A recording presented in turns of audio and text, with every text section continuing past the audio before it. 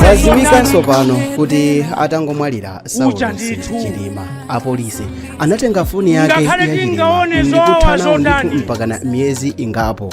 Funso ndilakuti foniyo ankatani nayo, komanso kuphatikiza apopo zinthu zokhazo zimene zinabwezedwa mu nthawi yake za Chilima zinali zinthu monga korona amene iyeyo anavala, bracelet kaja kamene tinaona Chilima ananyamula m'manja pa nthawi imene anamwalira kaja komanso jenze imene iyeyo anavala mu nthawi imene ankapita kumaliro.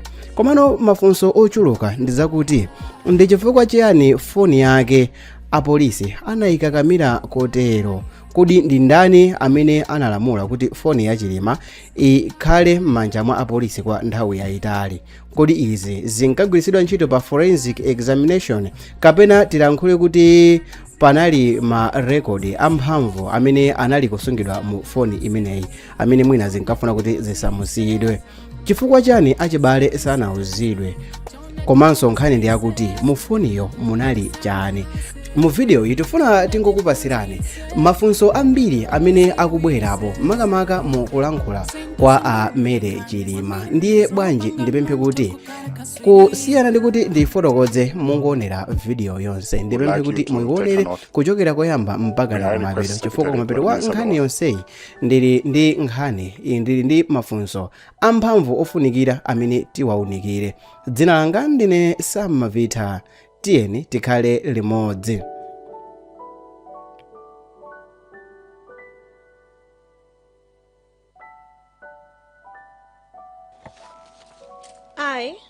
I, Mary Nkazi Chilima, do solemnly swear by the Almighty God that the evidence I shall give shall be the truth, the whole truth, and nothing but the truth. So help me God. Thank you very much, Honorable Chair, and all the honorables present. Good afternoon. On the 12th of June 2026, I, Mary Nkazi Chilima, received a summons to appear before the ad hoc committee on the Chikangawa plane crash inquiry, where I'm expected to testify on the chronology of events from the time the late Vice President returned from South Korea until his travel on 10th June, including communications, travel preparations, and interactions departure. May I seek your indulgence, Chair, to go a bit further than 10th of June as per the summons? You may proceed. Thank you. Here is my submission. We departed the Republic of Korea on the 6th of June 2024, and we spent a night in Dubai. The next morning we left Dubai on 7th of June 2024 for South Africa. Upon arrival in South Africa, I collected our daughter from school to join us in the hotel where we were staying. And that evening, we sat down to dinner together in the hotel restaurant. During dinner, Dr. Chilima got a message that was clearly bad news. I asked what had happened, and he said that his friend, Mr. Raf Kasambara SC, had died. We were all in shock. I recall he tried to call Mrs. Maggie Kasambara, but she wasn't picking up, understandably so. At the time, two of his good friends, Mr. Tutu Kachingwesisia and Mr. Moses Ntakoma, were waiting for him to finish dinner for a chat. After the message, he excused himself to meet his friends and to try to get more details of the sudden death. By the end of the night, we had learned that Mr. Kasambara had died in Lilongwe and that he would be brought to Blantyre, upon which further programs would be advised. During the 8th of June, Dr. Chilima continued to engage the Kasambara family on the planned way forward. In the meantime, we had planned to spend the Saturday visiting the sick and buying a few personal items.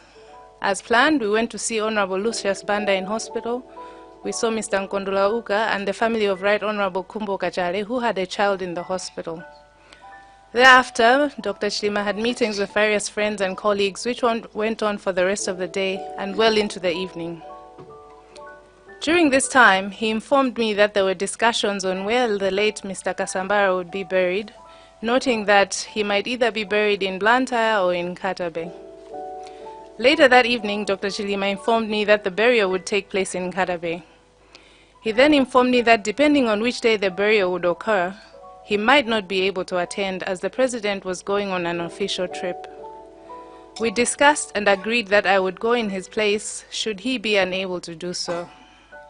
He was grateful because he knew that I had a PhD proposal resubmission due on the 11th of June at 2 p.m. He informed me that he would instruct his office to make the appropriate arrangements for my travel to Nkatabe for the burial ceremony on the confirmed date. On the morning of the 9th, as we were returning to Malawi, he informed me that there had been a change of plan, and that Mr. Kasambara would be flown to Nkatabe that afternoon. He further informed me that it would no longer be necessary for me to go to the burial ceremony in Nkatabe, as we would meet Mrs. Maggie Kasambara and the family at the Chileka airport and offer our condolences there. Seeing how tired we all were, this seemed to be the most feasible plan. He said we would later plan a trip to Blantyre to condole them properly upon their return from Nkatabe, and I agreed. We landed at Chileka Airport, possibly around 2:30 p.m., expecting to find the funeral entourage already there, but unfortunately, they were late. We were assured that they were on their way, but sadly, the call to reboard the plane to Lilongwe came before they arrived. Dr. Chilima noted that the plane had to proceed to Nairobi, and we could not ask them to delay just for our programs, as that would have been selfish of us. I later learned that they missed us by less than 10 minutes. He informed me that he would advise me on the way forward, since we had been unable to meet and offer our condolences to the Kasambara family in Blantyre as planned. Upon arrival in Lilongwe, he went straight into various meetings, and I in turn proceeded to work on my proposal resubmission. At some point, he informed me that some of his lawyer friends had stated that Dr. Kasambara needed to be buried in person. Dr. Chilima was upset by this comment because he felt like it was unfair to expect him to attend under the circumstances. He expressed frustration at the expectation for him to attend the funeral in Nkatabe as well as the presidential send-off in Lilongwe. I was therefore surprised when later he informed me that he would go to the funeral. I asked how, and he said that the presidential program had changed from a 1 p.m. departure to a 5 p.m. departure, making it more feasible for him to attend both. He explained that we would depart by plane at 9 a.m. the next morning and arrive in Zuzu by 10 a.m., then plan to be at the funeral latest by 11 a.m. The plan was to return to the airport by 2 p.m. or 2:30 p.m. in order to make sure that we return to Lilongwe by 3:30 p.m., in ample time to see the president off. He then proceeded to bed, and I continued working until around 2 a.m. After about 3 hours of rest, I continued to work on my submission in the morning, while he went to church around 5:45 a.m. Upon his return from Holy Mass, he asked how I was progressing with my submission, and I told him I still had a lot of reading and writing to do. I then asked whether it was possible for me to stay to continue working on my submission. He agreed and urged me to ensure that I met the deadline as required. I continued working while he went to the gym between 7 and 8 a.m. Later, we said our usual goodbyes and he left. I got a text from him around 9 in the morning telling me that he had boarded, and I responded by wishing him a safe trip Mwambwe.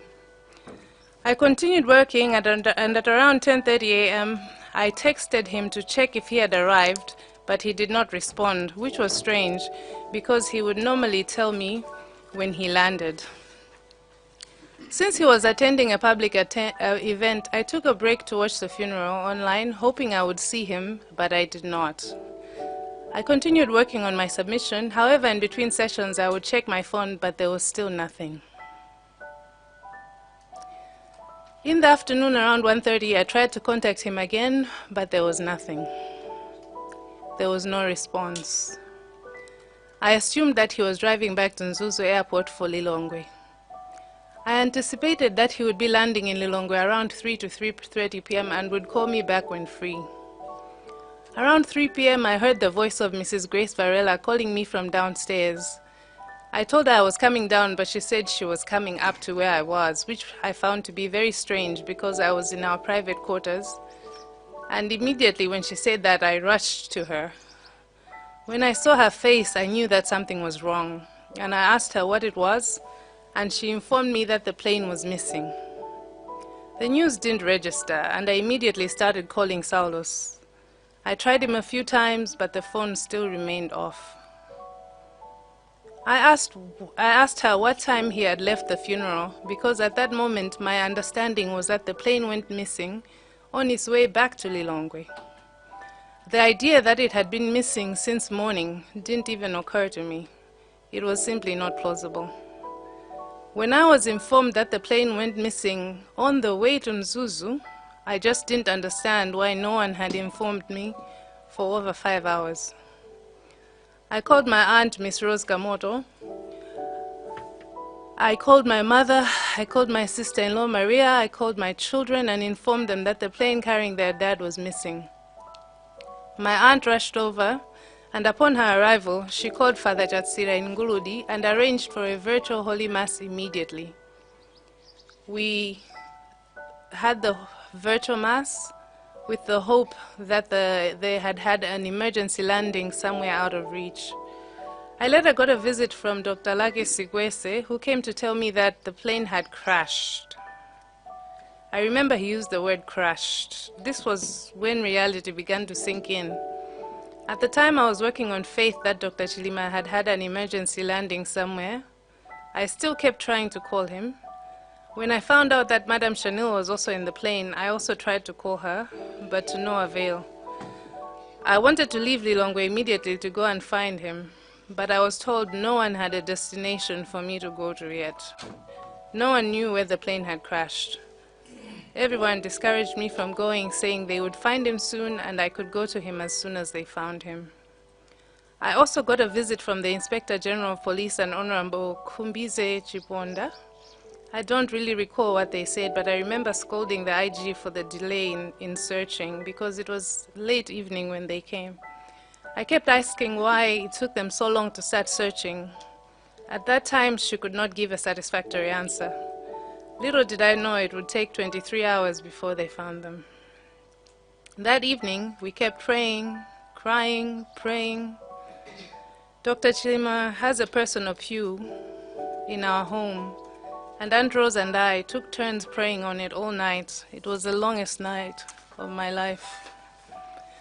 Morning came with no news, just family members pouring in with grief all over their faces. We kept speaking hope and life into the situation. I tried again to leave to join the search, and someone said I had to be in Lilongwe for when our children arrived. Around 11 a.m., I started getting condolence messages from various people. And I would ask them if they had heard something, and they started backtracking and apologizing. Others didn't even respond. I then started to check social media to see if the plane had been found, and on one of the pages, I saw a picture of a plane. I rushed outside to the second in charge of the Vice President's security, Miss Gloria Ntukule, and asked her if the picture was real. And she said she was on the phone with Mr. Limbikani Banda and would respond shortly. As I was anxiously waiting, another picture came on my phone with the aircraft number on it. I showed her the second photo, and as she was about to say something, I heard Mrs. Varela say her husband, Mr. Joshua Varela, said, "We have lost everybody." The world went black. The world is still black. I'm told I became hysterical, and at some point, I must have calmed down enough to remember to call my children before they saw it on social media like I did. I went upstairs to find a quiet place and steeled myself to have the most painful conversation in my life. I informed both children that their father had died in a plane crash just before they too boarded planes to come home. As I was talking to the children, someone came in to say I had to go and sit downstairs because the First Lady was coming and she had to find me seated. I refused. When I went downstairs, I found the house completely full of women, already dressed in black, ministers and others whom I did not know, and the First Lady was also there. Some were taking photos. It was chaotic, uncomfortable, and confusing. After that, we kept getting groups of different people. At some time, At some point, 40 clergy from different churches came at once, and I remember one said, "Mulungu salakwitsa, koma ababoka walakwitsa." We kept getting people coming to the private residence until someone made a decision to have everyone congregate at the Area 12 residence to give us a little room to grieve. I was very anxious about my children, who were both flying that day. But I still wanted to go to Chikangawa. But I was told that the bodies would be flown to Kia. And when I said I wanted to go to Kia, I was told no, because the president wasn't going to be at Kia. Later in the evening, we were rushed to leave because we were told that the former president was going to go to the airport after all, and we had to rush to arrive before him. We arrived at Kia. I remember seeing the big helicopters and thinking, where were they yesterday? After the planes landed, I saw body bags being moved into different medical vehicles. I was told to drive behind the car carrying Saulos, but I refused, and I insisted on going with him in the ambulance that took him to the mortuary. He was in a white bag in the back. I couldn't accept that this bag I was looking at was my Saulos. I really don't remember much after that. Since he had left on the morning of Monday, 10th June, I was only allowed to see him on Thursday, the 13th of June, around 7 a.m. at the mortuary. I was told to prepare myself because he was hurt. I went in not knowing what to expect, but I had to be strong for my children, and we were grateful that we were finally able to see him again. That morning, he was supposed to have his final Mass at St. Patrick's Parish at a set time, but Mass was delayed by close to 2 hours due to the late arrival of the former president. This hurt because Saulos was never late for Mass. On the 15th, we left the Area 12 residence to go to Parliament for a public viewing ceremony, and on the 16th, we had the stadium funeral ceremony. I was still in a state of shock and confusion. We left Fonsipe, and as we were driving through the city, people were mourning and throwing flowers at the hearse. But after leaving Lilongwe, crowds were demanding that we stop, and eventually they started stoning the convoy.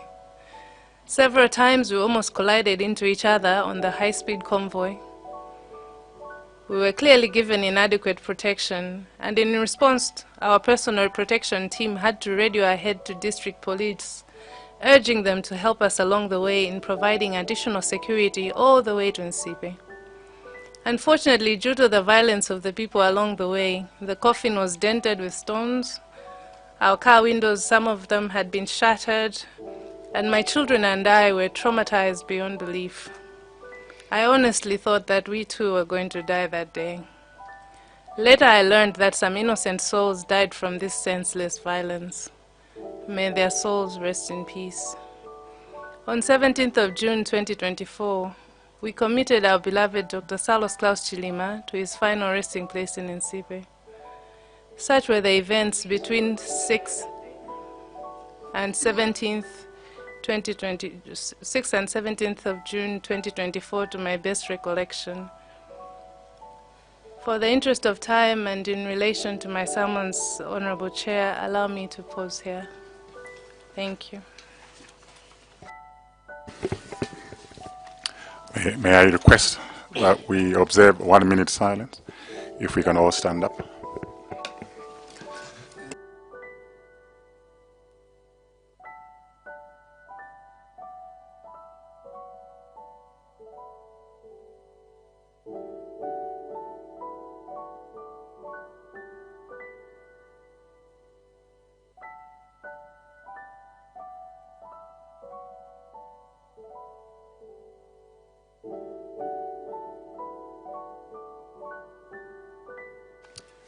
May the soul of Dr. Saulos Klaus Chilima rest in eternal peace. You may get seated.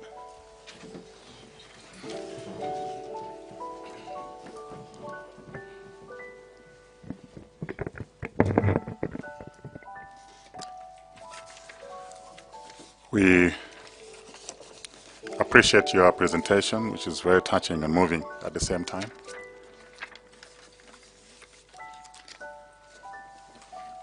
It's not the best of circumstances, but unfortunately we have to revisit the past. So if you may allow us to take you backwards, members may want to ask questions, seek further clarifications. Maybe there are issues that you haven't spoken about here, and members will want to know some of the detail as well. So I will open the floor to members, starting with Mwanza Central. Thank you very much, Chair. Once again, my condolences, Madam Mary, for the loss of your beloved husband. I just want to confirm a few things with you. In your statement, you have said that at 3 p.m.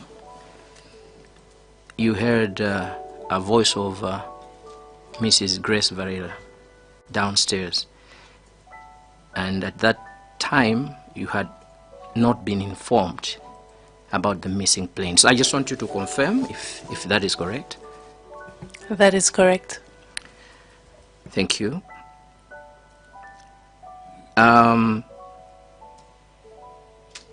Mr. Sikwese came to you and informed you that the plane had crashed, and that was on the 10th, correct? That is correct. I just also want to confirm that you scored the IG for the delayed search. Is that correct? Yes. Thank you. In your statement, you have indicated that the president, the former president, came to the mass 2 hours late. Is that correct? Let me clarify. We were waiting for him at the mortuary, and we left the mortuary on a convoy with him to go to the church. So we were waiting to leave for church, so the delay happened as we were waiting outside in the cold at the mortuary. Thank you. Thank you very much. When were you officially informed about the identification of or the location of the plane that was missing? Please clarify. You mean? From the officials from government. I'm still waiting. Thank you very much. Chair, that's all from me.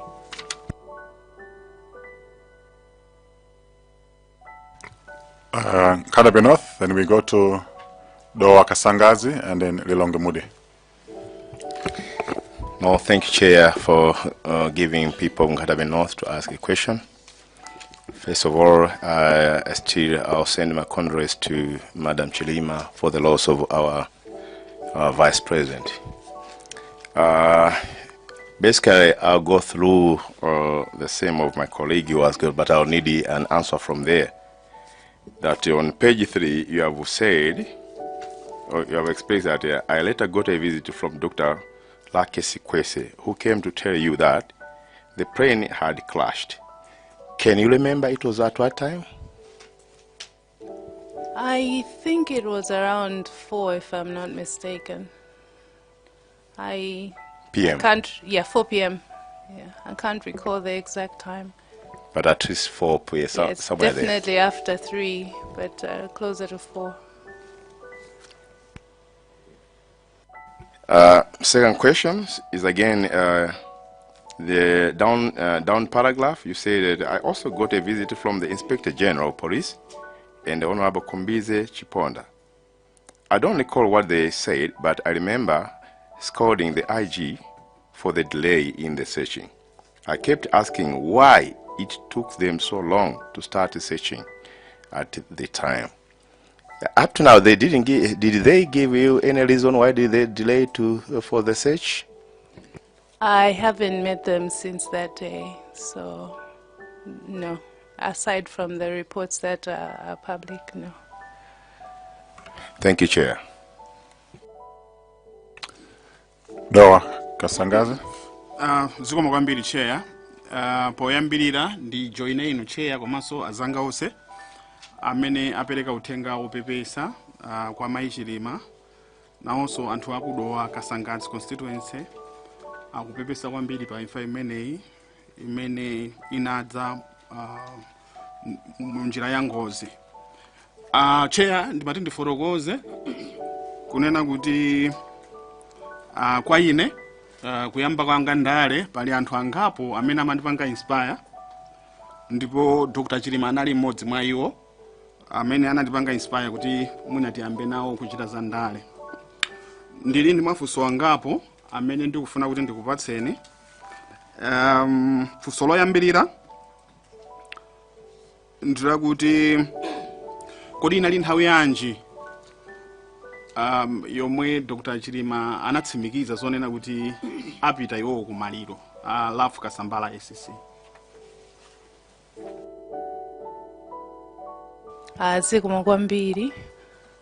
Ineyo anandiuza usiku chifukwa titachokera ku Blantyre mmene nanenera anali m'mamiting osiyanasiyana nde amandiuza usiku ndithu. Zikomo.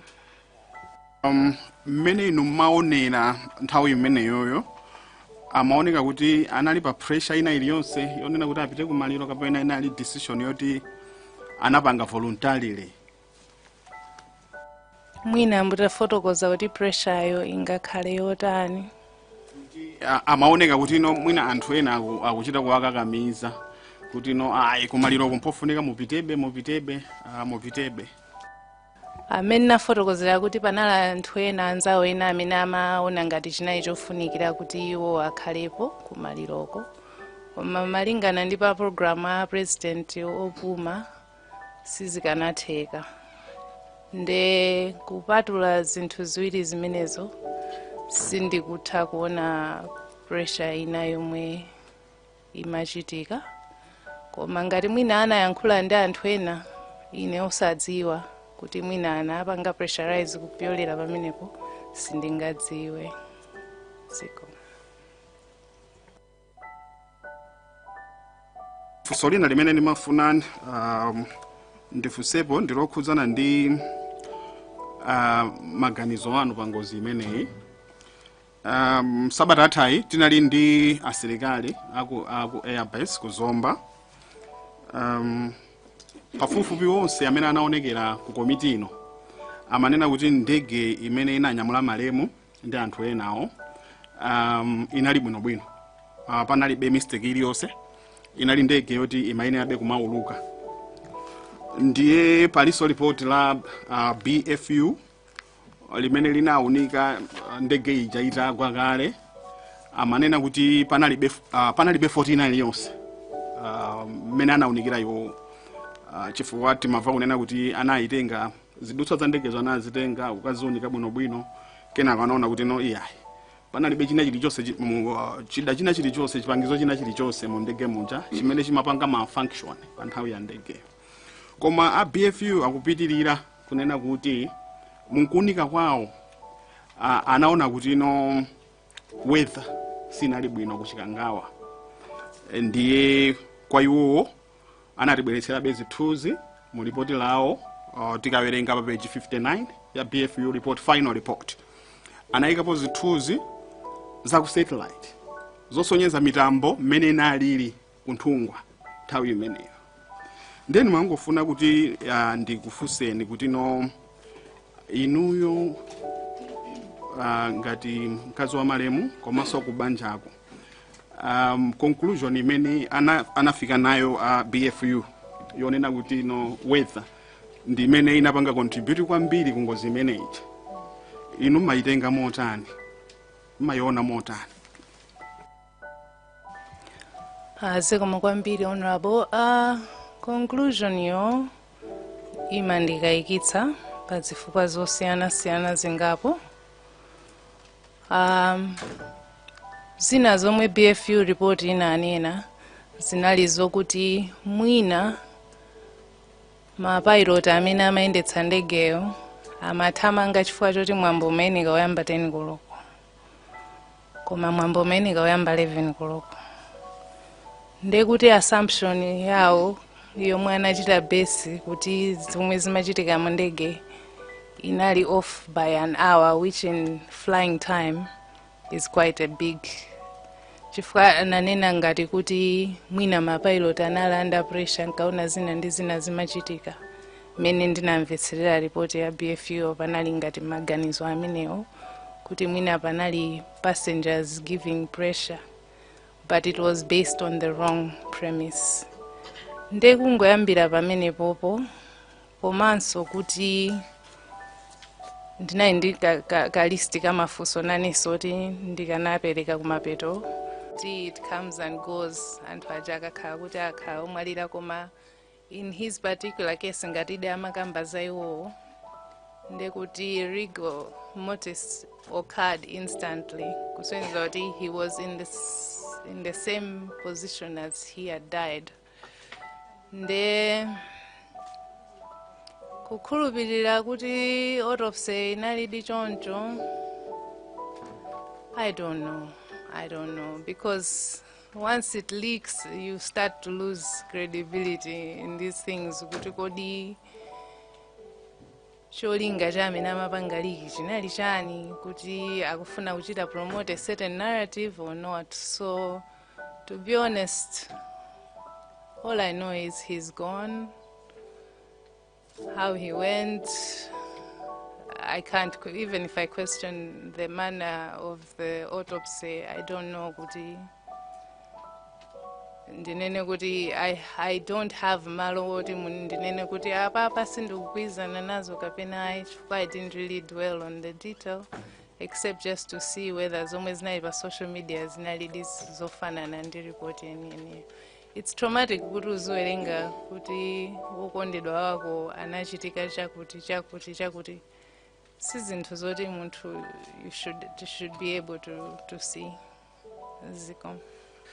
Zikomo kwambiri, pepani kwambiri kuti ibe mafunsowa tikufusira izi chifukwa chonena kuti mukunena kuti adabwera muhango a Minister Justice ndi adatiuza kunena kuti iwo adamva kuti kumene koko kudalira kumfuti.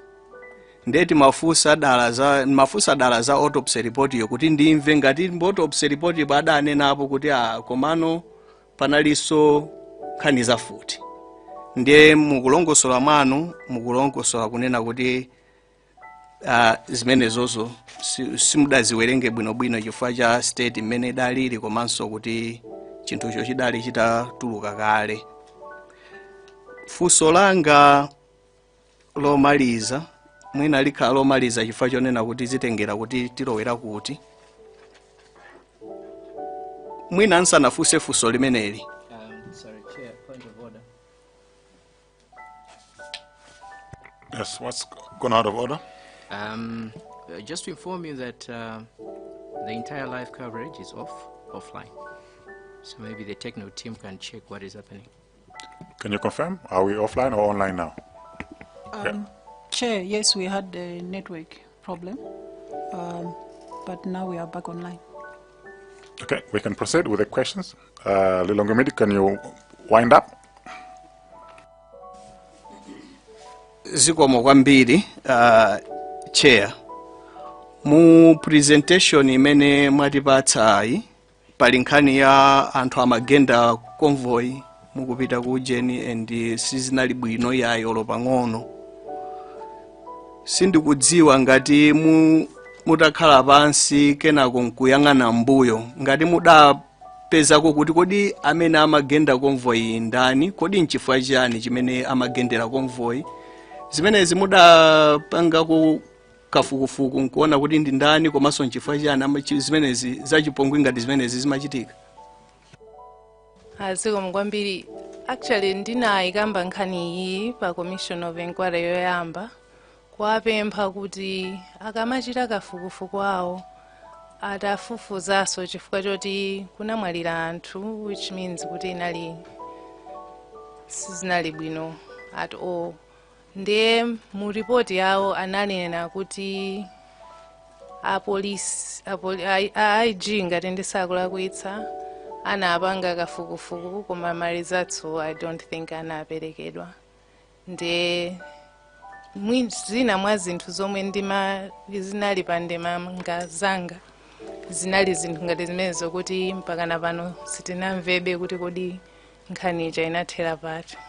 Zikomo.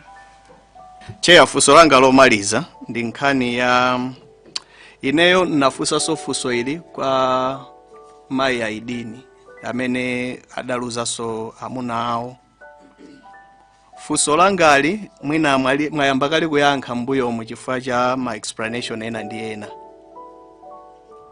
Mukaona mmene zidachitikira, so ili ndikufunsa maganizo anu, muli ndi ufulu osandipatsa kapena kundipatsa, koma ndikufunsa maganizo anu. Mukaona mmene zidachitikira kuyambira planning ya kunyamuka ulendo opita kumaliro,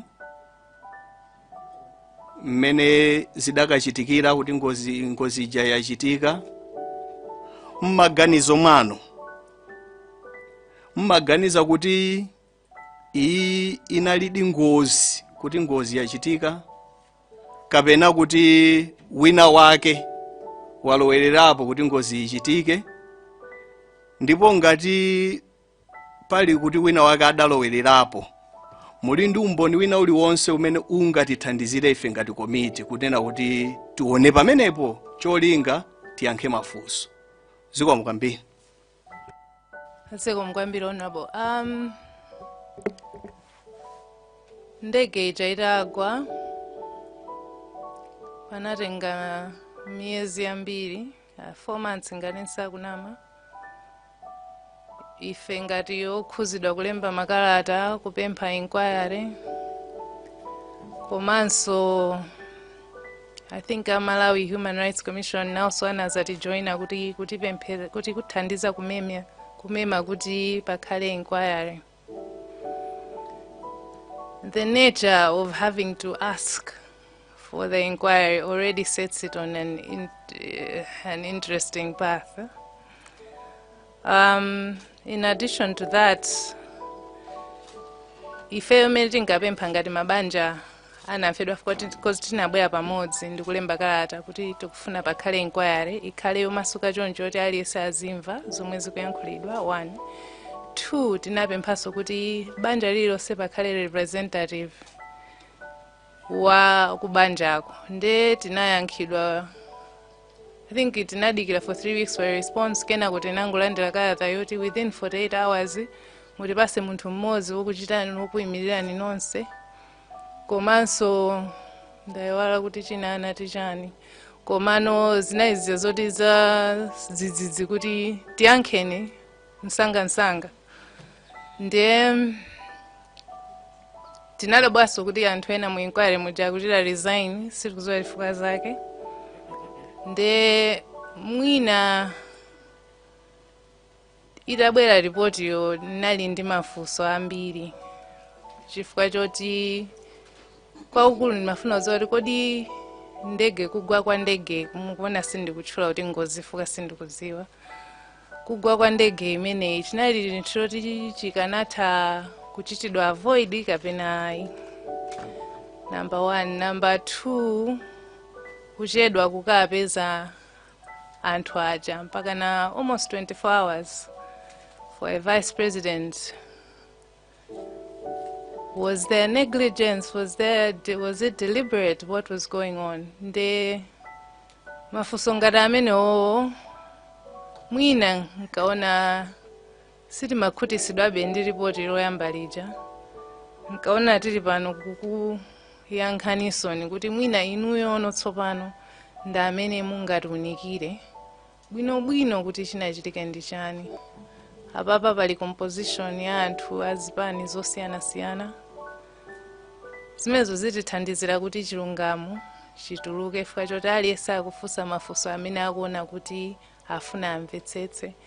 Nde ndikuona ngati mwina closure ija ibwera through inquiry iyi, chifukwa chokuti tidziwa kuti was there foul play or not. Komano ndinene kuti ripoti yoyambayo ineyo sinakhutisidwe nayo pazifukwa zina zomwe nditanene, komanso zina zomwe zinachakhala zikutchulidwa mbuyo. Zikomo.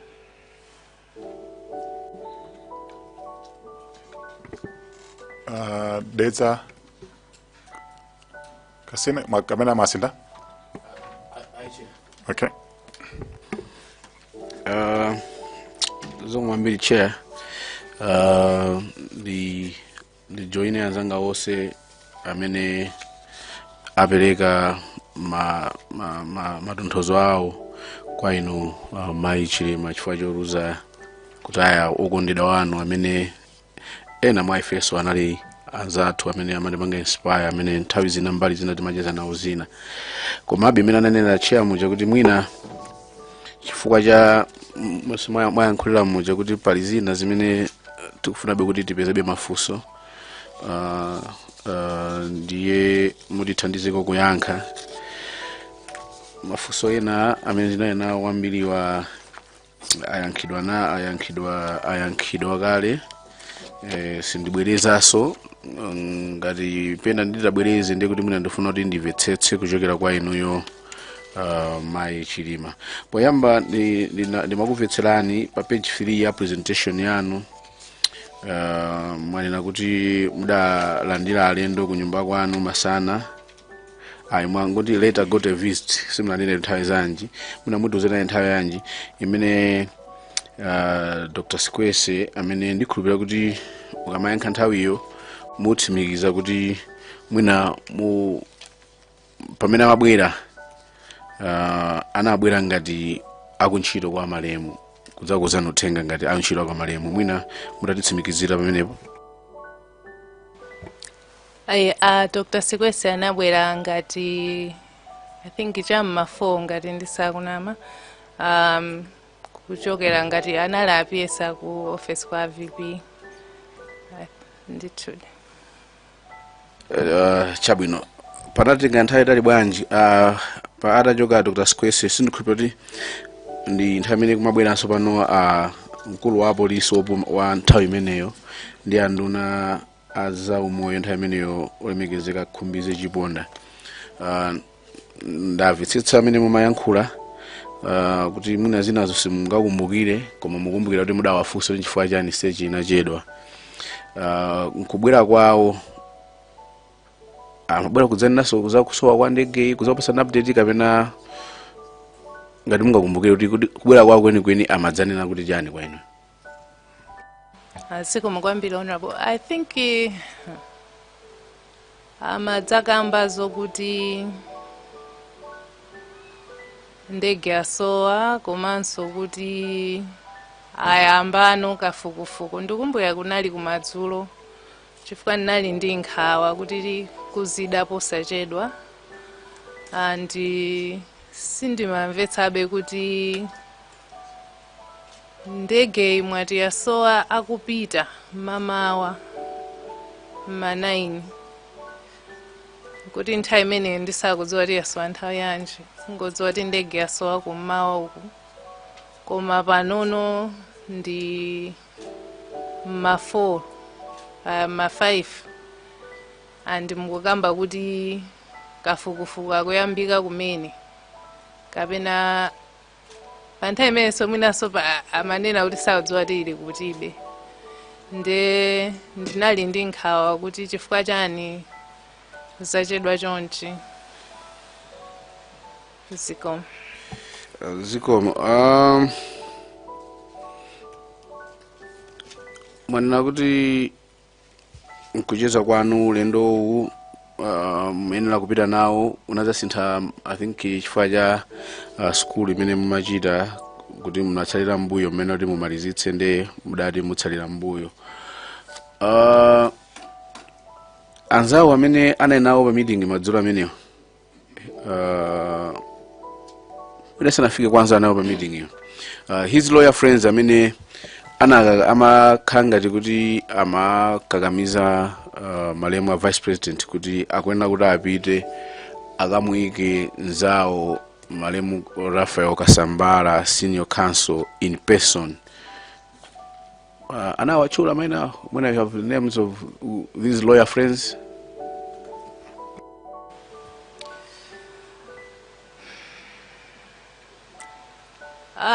He mentioned one komano sindinauze kuti ndidzakamba izizi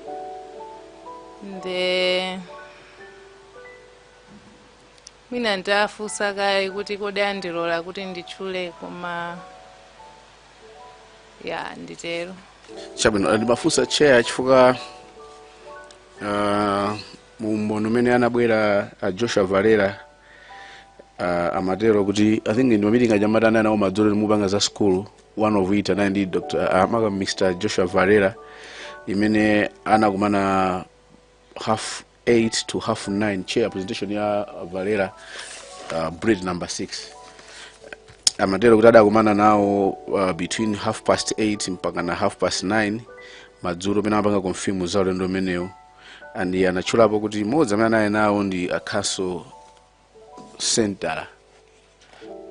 And I was able to mention, so if I didn't force, I would mean I can know some cause of chura. But if you're not comfortable to mention the name, chair, I think that's okay. I wanted to understand if you can mention or confirm this is the meeting you were referring to. Meeting manena kuti inachitika madzulo in Mubangaza school and hajanala menewa. Aye. Sanala amene. Chabwino. Akandivomera ndithakuza atchula. Ineyo ndilibe vuto koma ndiapatsa ulemu kuti timati hearsay kuti ine namva kwa vice president akukamba sindinayambe ndafunsapo iwo kuti kodi munalemba izizi ndithudi dziko. Mwina muli pompo mwina zikanakhala kunena chimene mukudziwa sa maloya enawo kuti tikhale ndi full picture kuti pasakhale ma questions ena ndi ena kwa ma members ngati zingatheke koma ponenapo kuti matenga oath munene zeni osati ma rumors ngasi ma rumors ndakuti akhala ovuta eti ngati simuli comfortable munena koma munene chilungamo. Ananditchulira kuti a Dr. Chikosa Silungwe ndamene analemba message imeneyoyo koma sinambe ndakambapo nawo Silungweyo siko. Chabwino chifukwa mbono mene ucheya ndomene so mwina mudamvera atanena Mr. Varela kuti adakakamizidwa koma anali atatopa pamene munenera mucho tinonse munali mutatopa chifukwa cha ulendo wa ku Korea and samafuna atapita kumeneko. Mumbono wawo wa Mr. Sikwese umene anadzapereka ku komiti ino anapereka mayina lano lili pomwepo kuti ulendo woyamba unalionera kuti mupita ndinu a vice president sapita mukayimirira ndinu andi mumapita ndi mai panopa ndi olemekezeka a Emile Chinthu Phiri mai Winnie Nyondo ndi mai madam late Shaniu Mluzi. Can you confirm mwina kapena mwina nati can you confirm if that was arrangement? Normally sama ndiuza kuti akupita ku office ndi ndani amangopanga arrange ndi office, so I think amakhala ndi ma roster anthu aja kuti trip yatapite ndi awa trip ndi kuti pamakhala nkhani za ma allowance ndi zina zotero ndi sindimadziwa kuti ndipita ndi ndani. Koma muna chabwino kusiya anthu amene wawa koma the arrangement yokuti program yamba kuti mmene akupita munali inuyo a vice president samapita. Was that true? Mmene ndinafotokoza kuti pa Saturday ndinanena kuti iwo ngati sakwanitsa kupita ine ndithapita m'malo mwawo koma ndekuti koma pa galimoto ziko.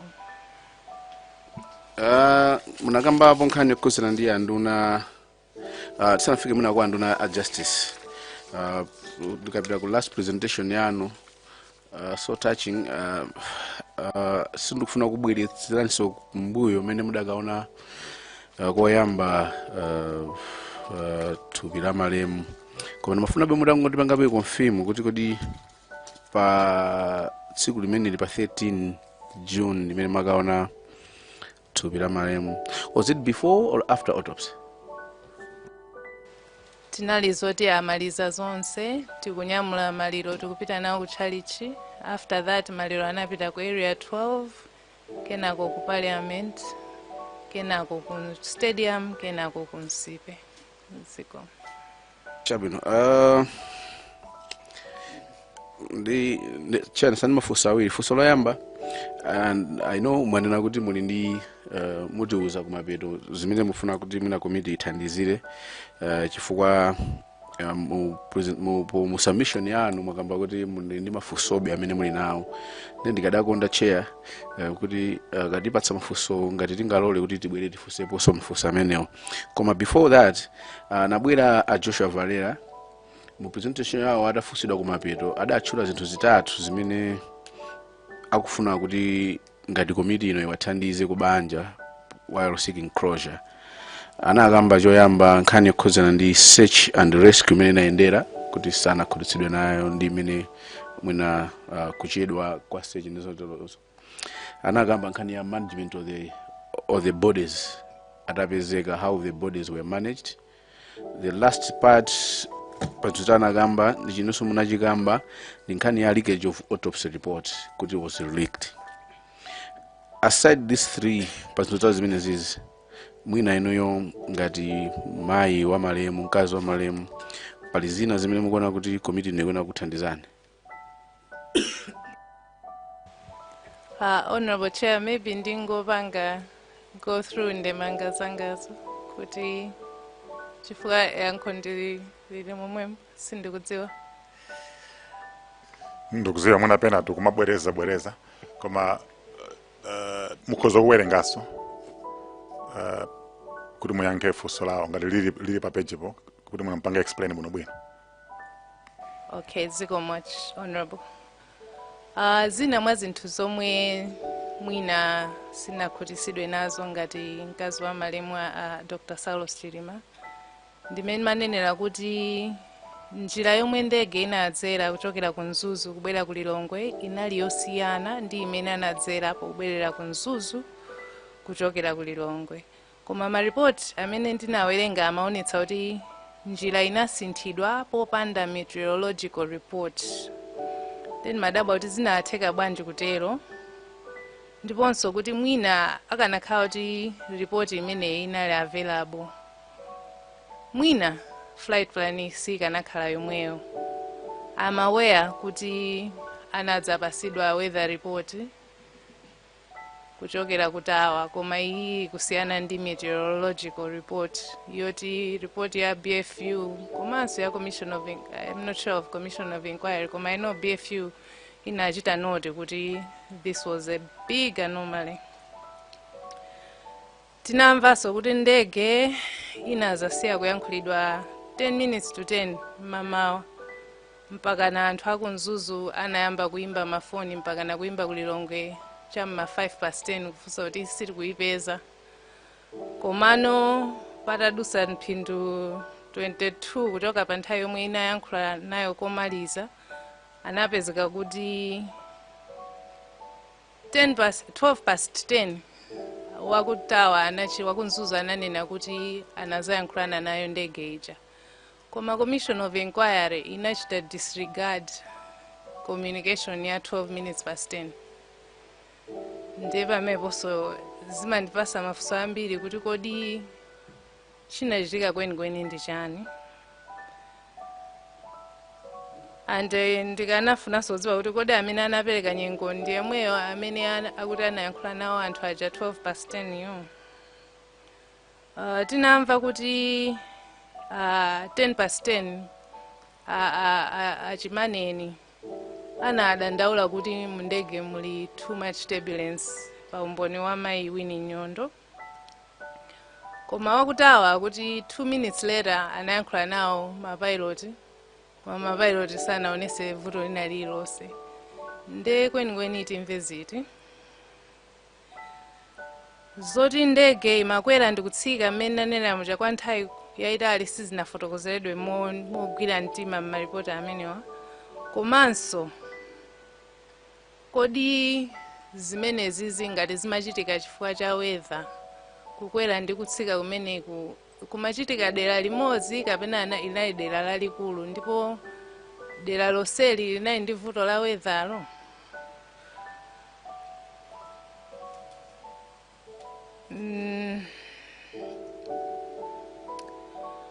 andikoseko kunalidi nyengo yoyipa.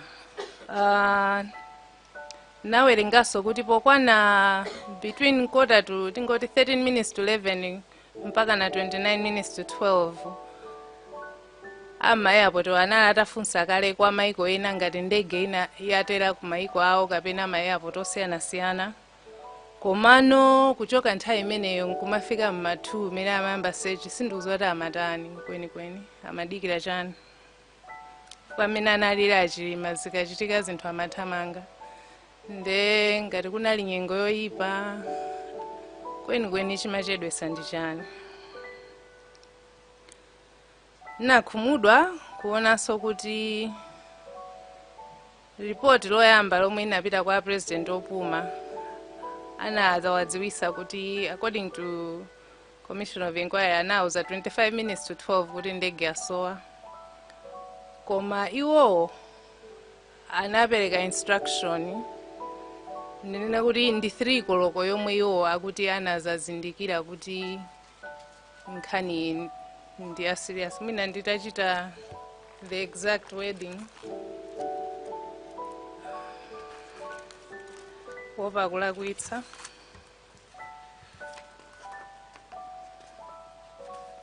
Pa page 75 analena kuti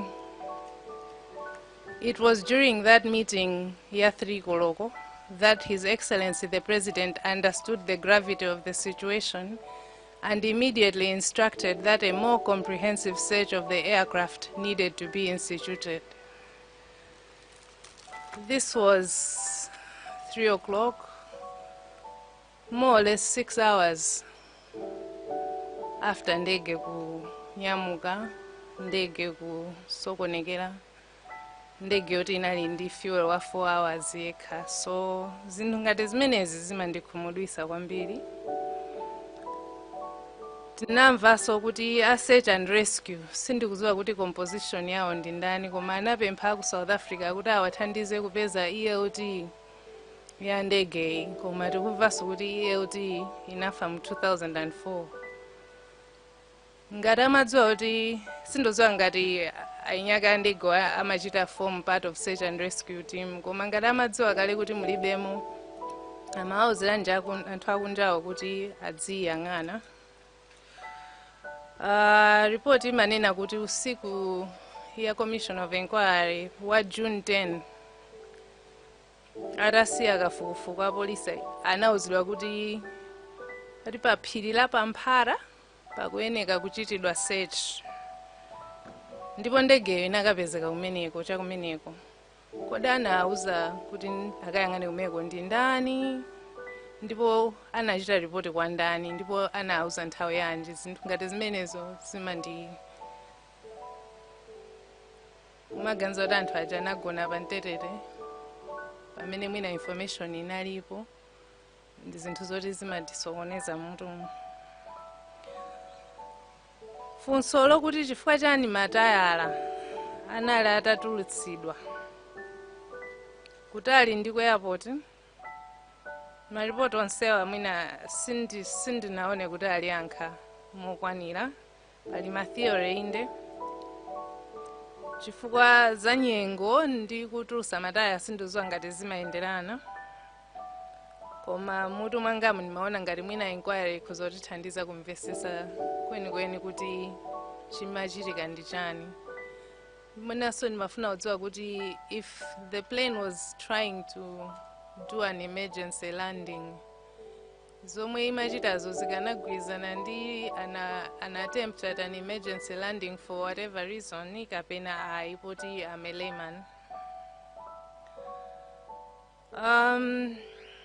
Report is last year imanena kuti GPS imagwira ntchito bwinobwino, ma systems onetsa kuti ayandikira kaya ground a terrain aja magwiraso bwinobwino, koma kwa nthawi yayitali anayenda mu danger zone ngati ya yellow, mu cautionary area yoti about 11 minutes akungoenda in that area.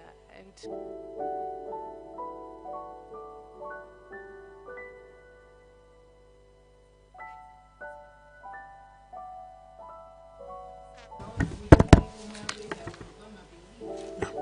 Just come close to your mic. Yeah, thank you.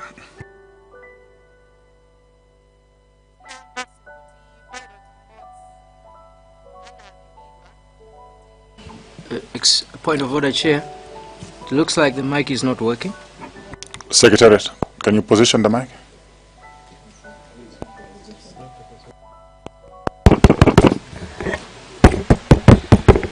Hello? Better. Okay. Ndiambire but. GPS.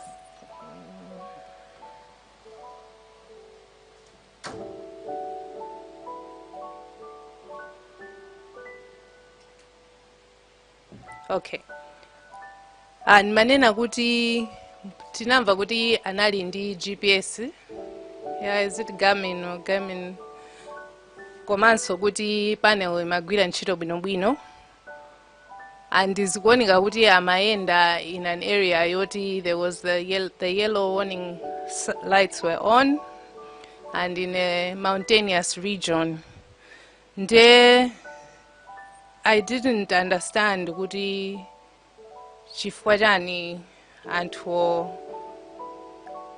amaenda kumeko kwa nthawi yayitali choncho komanso kuti sindikumvesesa kati situational awareness.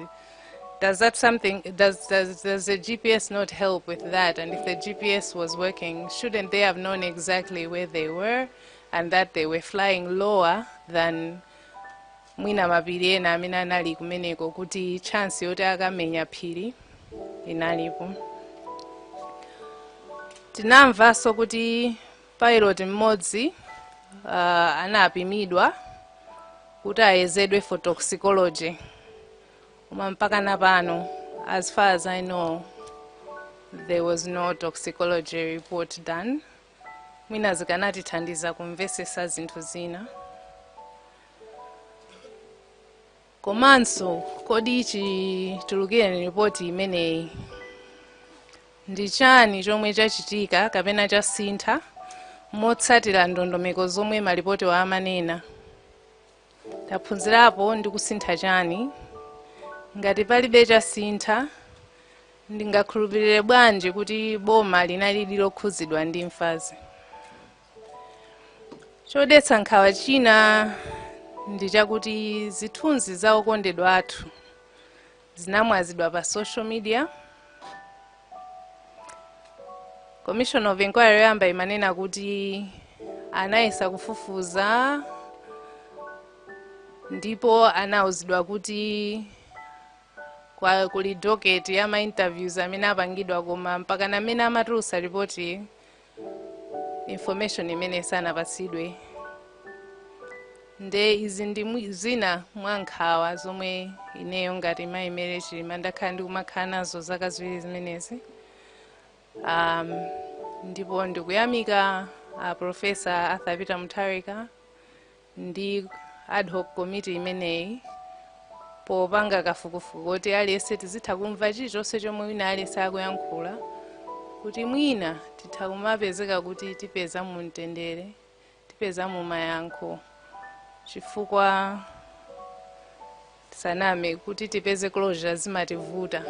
Koma ndi hope kuti tikamamaliza zonsezi mwina tikhalira mvetsesako zomwe zili zomvetsetsetsako. Zikomo. Muchilungamo muli mtendere wambiri.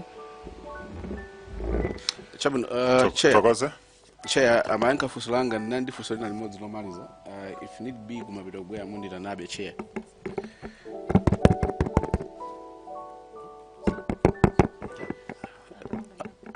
Chair, mundiva bana? Yes, zikhala bwino kuti tizibanga respond based on my direction. It's for floor ndiyano. Okay, chair. You have the floor. Okay, chair. Ndathokoza kwambiri Mai Chilima. Munakambapo kuti mafunso ena amene mwatchula ndi amene submission imene anadzanena nduna aza chilungamo aza malamulo titero mwina. China chimene anakamba ndi chimene funso anafunsa Lilonge Mude kuti kumene kunagwa ndegeko kunaveka mifuti ndi zina zotoloza. Sindikhulupirira kuti kamena ndisakuyankhireni ripoti la autopsy limene mwanena kale kuti simunawerenge ndikuwerenga chair Madam Chilima kupanga lifa kwambiri ku Commission of Inquiry report not BFU, so ndili pa page 58 imene makamba za ma results a autopsy amenewa ndi akubanja nkhani ya kupeza ma doctor amene apanga ma pathologist amene apanga report limeneli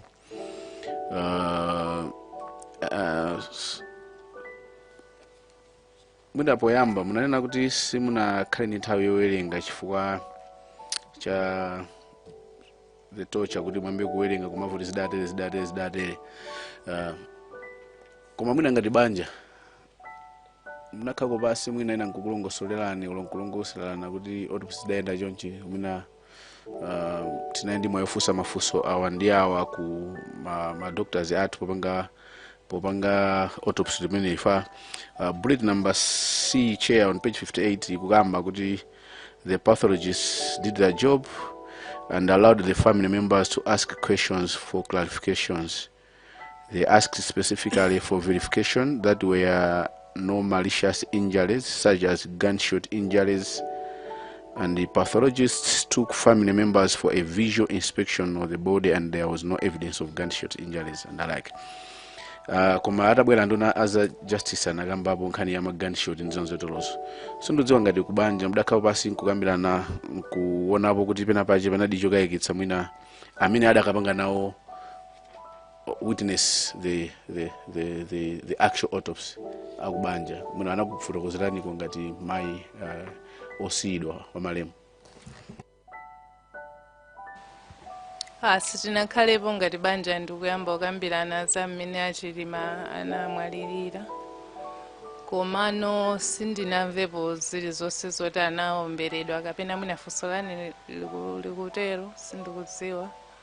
Funso langa limatero kuti anduna a justice atabwera munapanga lifa mmene mayankhula nthawi ina kuti mafunso ena ndi amene muli nawo ndi amene amayankhula adayankhula kuti kumene kunaveka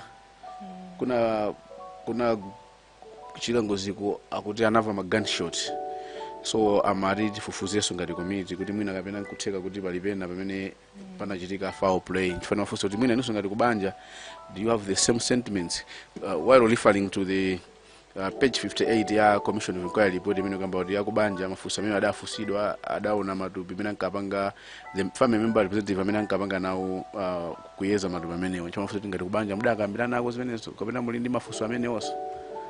Hayi sitinakambiranepo koma sindinamveko kuti ku autopsy apeza kuti zokhuzana ndi ma gunshots komabe ngati a Minister of Justice ananena kuti anthu ena amati anamva ma gunshots sindikuchita presume kuti nde kuti it meant anaomberedwa ndi anthu. It could be the plane itself, I don't know. I think chomwe ndinagwirizana nawo a Minister of Justice pankhani ya ngati ndagwirizana nawo in general koma poti mwapanga ya ma gunshots yo ndiyo kuti mwina it needed more investigation to rule out not just a sentence or two without anthu kumvesesa kuti kodi izizi anazichosamo chifukwa chani. Munakamba kuti choya ndifani malize ndikanapomo pa autopsy po mwakamba kuti ndamvetsetsa kusekuja mwakambira muja pa zinthu zimene mwanenaso kuti ngati committee tifufuze mafunso anu aja ndimamvetsera ndipo talemba kuti tifufuze akamabwera anthu amene akubwera ndi zonzetolozo ndikhopeso zinazo mwina mwaonena tinamba kufunsa kale ena akumayankha kale the answers are coming in before we make any conclusions and recommendation. Koma munakambapo kuti nkhani ya mfano malize nkhani ya autopsy. The report says the family after allowing to share the autopsy reports were satisfied with it. I want to get ndive kuchokera kwa inu your personal opinion ndi nkhani ya autopsy report kupatula kupanga leakage kwa the actual unofficial report to the media sanabwere kwa inu and the pictures. Do you have any other mulibe ndi nkhawa zina zimene si ufuna zitankhidwe zera pa another fresh autopsy kapena you are certified in the autopsy report?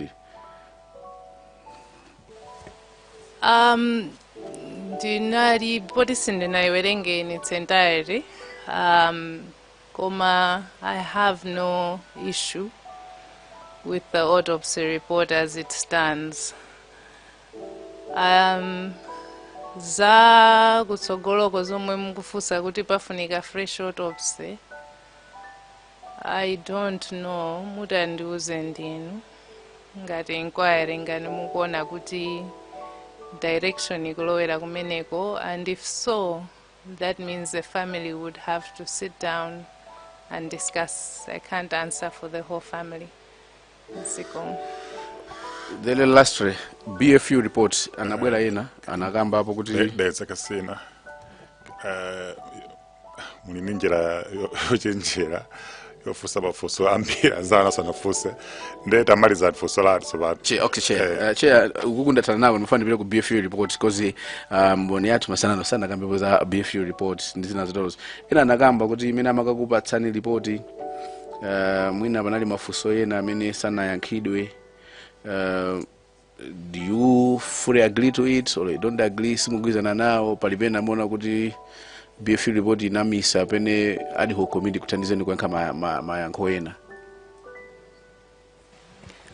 Tinalidi ndimwe ngati ma family members kukumana nawo ABF amene analemba BFU report nafusa di mafuso ambiri ena amalephera otiyankha ena amakhala frustrated ndithu kuti munalibe recorder zina zisitingaziwe tikafusa china iyayi mena ngati kuti it was theoretical in some cases chifukwa choti equipment mundegeyo yochita record zomwe zikuchitika in the cockpit panalibe, so they had to make a lot of assumptions and they had to rely heavily amati anali ndi source amene amapasa information ina titafusisisa kuti source ndi ndani anakaniratu kupereka source. So I don't know that's why ndimanena kuti ngati information yonena kuti anthu anajedwa fuka function imayamba 10 koloko pamene function imayamba 11, and they premised some of their recommendations on that assumption, which to me was a glaring error, and I pointed it out kumene koko kuti apapatu mwalakwitsa. There was an whole extra hour, meaning kuti there was no time pressure at all. So what else could have gone wrong? Yeah, so mafusa BFU inandingada mini. Chair, that's fine. Okay, now ndatokoza kwambiri. Ndimangofuna ndifotokoze kuti atipasa ndemanga zawo zambiri. Mukamvesesa ndemanga zawozo zikupita ku phase imene tikubwera. Phase 2 ndi phase 3. Imene kuzabwera ma expert witnesses kuti azatifotokozere. Nde iwo atipasa zinthu zimene mpaka pano zilibe mayankho. They have questions zimene ifeso mayankho tilibe, koma tili ndi plan kuti tikapita ku phase 2 ku actual flight kuti weather inaenda bwanji, air traffic control inaenda bwanji, ulendo ndege imaenda bwanji, ndi pamene kuzakhala ma actual witnesses ndi ma expert witnesses. I'm sure mukamaza mvera mayankho ena azakhalapo. Tikapitaso ku search and rescue azafotokozaso bwino kuti matupi anapezeka bwanji, side anapezeka bwanji, anapanga handle bwanji, koma kulima fonso ambiri amene sinunoka amene muli nawo amalawi ambiri, even ifeyonso tili nawo mafunso amene wawo, koma tinakupasani mpata lero kuti mufotokoze kuziwa kuti tizakuitana niso nsogolo zakhala zovuta. Nde mwatifotokozera ndondomeko yonse ndi homework imene ife mwatipasa kuti tikathe kuyankha bwino at the end of the assignment kuti mwina pazakhale closure pa maderendera. Ndikunena izizo kuti mwina ma members afunabe afusabe zomwezo zimene ife tisakuziziwa.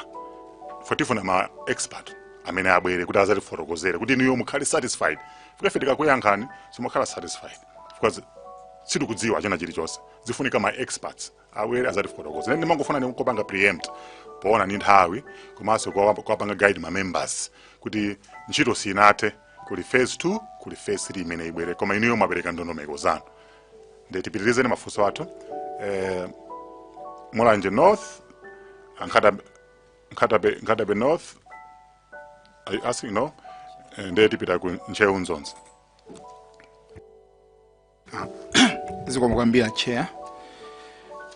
Ineso ndi joina ndima members anzanga kupereka chipepeso timene nkhani inakhalira kuluza Dr. Chilima. Ndimafuna ndingomvesa mapanga outline nkhawa zingapo zimene maona kuti zizi mwina sizinachite bwino. For example, there was no sense of agency after they get a SOA. Komanso many search mena kalira in general. Komanso mabangaso pick out the leakage. Zintungati ma images, very graphic images. Anabezeka out pa social media. Autopsy report pa social media. Kupita kumaliro security osakhala bwino befitting kuti family ya late VP ikupita kumaliro. Ndiye considering ndi mmene zinakhalira zinthuzi zikuoneserabe kuti mwina sana zikepo mtima kwenikweni.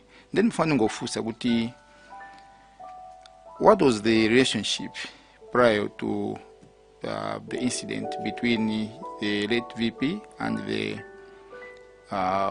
government in general, the office of the presidency, the security agencies? Is it the way they treated the whole incident? Is it a reflection of the relationship that was there prior to the airplane crash? So I get fun go for ubale unali wotani chifukwa chakuti maikapo zingapo kuti munthu wotani vice president tingalire mpaka 24 hours kuti apezeke ma pictures angozi alimbwe. Then ngofuna kufuza kuti ubale unali wotani. Zikomkwambiri. Mwina mongo yankha mwachidule ndinene kuti yes, it was a reflection of, or rather it was the nature of the way timakhalira timakumana ndi zinthu zosiyana zina public zoti alese amaona kuti apa tuzalakwika, zina zoti mwina sitiyankhula. Koma to be honest, paja timachokera ku kesi yoti partner awo boma la tonse la manga. That in itself says a lot. Thank you.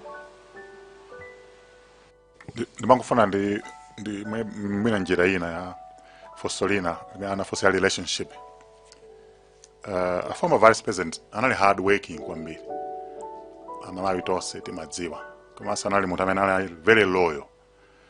Nde tifuna timvesese kwa inu kuti ilipo tsiku limene a former vice president anakana kutumidwa ntchito. Pakuti ulendo uwu tikudziwitsira kuti anali delegated kuti apite ku Mzuzu, kuti apite ku Nkatabe. Mukuona kwanu ndimene mumadziwira iwowo kuti anali ene position kuti atha kukana kapena amene akuvomereza. Iwo sakanakana chifukwa amalemekeza kwambiri mpando wa president, and he was very bureaucratic in it, kuti respect that seat, and he was actually looking forward to be assigned zinthu chifukwa panthawi yambiri amapezeka kuti ntchito zikuwachepera. Zomba Tondwa? Yes, thank you so much, Chair. Yeah, I think Chair Mundo Lasso Naneso ndipeleke my condolences to the entire family through my marriage Chilima. Ndimafuna Chair Ndikangati pang'ono ndikufake mafunso ambiri amene afunsa North is linked ndi zimene ndinayi nazo. Nde mwina ndiyambe ndi ililonena kuti ndimangofuna maganizo anu motengera ndi mmene mwayankhira khangati kuvomereza kuti pakati pa malemu a Chilima, Salos Chilima ndi akuboma pakuoneka ngati panali kukayikirana ndi mmene mwakambiramo. Nde ndimafuna kungokhala ndi chithunzithunzi kuti ndimaona apa mmene mwaperekera ndondomeko yanu mukunena kuti panakhala about 5 hours asanakuuzeni chomwe chikuchitika. Phone yanu ngakhale inali yoyaka. Komanso mmamva bwanji pepani mwina ndikukumbutsani zowawa, mmamva bwanji kuti Dr. Skwese abwera kudzakuuzani pakati pa 3 koloko ndi 4 koloko, mnanena kuti inali itapitira 3 koloko komanso isanakwane 4 koloko ngati nakumvani bwino. Nde mmamva bwanji kuti Dr. Skwese abwera tsiku la ngozi lomwelo akuuzani kuti ndege yagwa, komanso ndi amene ali wamkulu kwambiri kuposa aliyense ku office kwa malemu amuna anu, pamene nthawi yomweyinso nthawi imene akuuzana Skwese a president akulengeza ndi boma lonse kuti panopo ndi tikatingiranso pa page imene munatipanga lifa pa page 75 kuti cham'ma 3 koloko ndi pamene a president anazaona kuti nkhani yokhala ngati ndi serious, koma nthawi yomweyinso ndi imene amakuuzani a Skwese amene ndi modzi mwa boma kunena kuti ndege yagwa, kutanthauza kuti chithunzithunzi chimene tikuchipeza ifeyo nchonena kuti zinadziwika kuti ndege yagwa ndi aboma pa nthawi imene itangopitirira 3 koloko. Pa nthawi yomwe ndege aboma akunena kuti yagwa, koma president akupita kukaluza dziko la Malawi kuti kuyambira panopo ndege yasowa, tiyamba kuyang'ana muzitipatsa ndauza ame kuti azitipatsa malipoti amene ndege kafukufuku akuyendera mawu azizifolo aliwonse. Chonsecho kumbaliku akudziwa kale kuti kudzera mwa Skwese akudziwa kuti ndege yagwa. Mutalumikiza zimenezi ngati nafedwa pepani munamva bwanji kapena simunaganizire kumbali imeneyo? Zikomo kwambiri honorable. Pa nthawi imene yoyo sindimadziwa kuti chikuchitika mwina kunjaku ndi chani kaya kwa president kapena zimenezo tinazaonano powerenga. Koma pa nthawi yomwe anabwera Dr. Skwese sinali ma 3 inali cham'ma 4, and chomwe ndikukumbukira ndicho kuti sindikudziwa kuti kodi iwo wedio anangopanga okha kapena anatauzidwa kuti asanene choncho kapena anali ndi information, koma ndimakumbukira kuti analitchula wedi loti crash because it changed everything for me. Munthu woti ndimaona ngati mwina achita emergency landing kwina kwake, nde sindikudziwa kuti mwina funso linatalika pepani, mwina mati bwanji. Through chair pepani ndimanena kuti kutengera mmene mwafotokozera nyumba ino kunena kuti munamva zokuti ndege yagwa cham'ma 4 koloko kuchokera kwa Dr. Skwese. Yes. Chonsecho dziko lino linali kalikiliki kumanena kuti tikuyang'ana position ya ndege kuti tidziwe kuti chachitika ndi chani, kuti yagwa kapena sinagwe. Koma apapa zikukhala ngati amatsimikiza kuti ndege yagwa. Zimene ndimafuna kuti mungoona kuti mmene ndikunena ine zimene zikusiyana ndi chithunzithunzi chimene amalawi amapatsidwa kukhala ngati sakudziwa kuti za ndege zili pati. Nde ndimafunsa kuti inuyo munaganizira kumbali imeneyi kapena simunaganizire kuti komatu a Skwese aja anaduza m'ma 4 koloko, koma timalandira itapitiraso 4 koloko timalandira ma updates pa MBC TV 4 koloko mutauzidwa kaenda Skwese timalandira ma updates onena kuti tikuyang'ana kuti tidziwe chachitika kwa ndege ndi chani, yagwa sinagwe. Chonsecho awananena kale kuti inagwa. Sindikukhulupirira kama ndimvesa menepo. Ndakumvesani, komano mwina kumvesesa kwanga kunali kokuti kuchokera pa nthawi yomwe anayamba kuzandiuza ine muja anali no pa search and rescue kuti ino afuna akayipeze komwe yagwera, osati kuti akuyembekezera kuti idakali mmalere chifukwa choti nthawi ya izi ndingoganiza mmene mwandifunsa mwete koma pa nthawiyo sinaliso kuganiza zonsezo. Pa nthawiyo I was just in shock kuti ndekuti apapa tikuchita deal ndi munthu woti wavulala mwina osati kuti mwina wapanga emergency landing kuti solo za maliro wasn't even in my mind.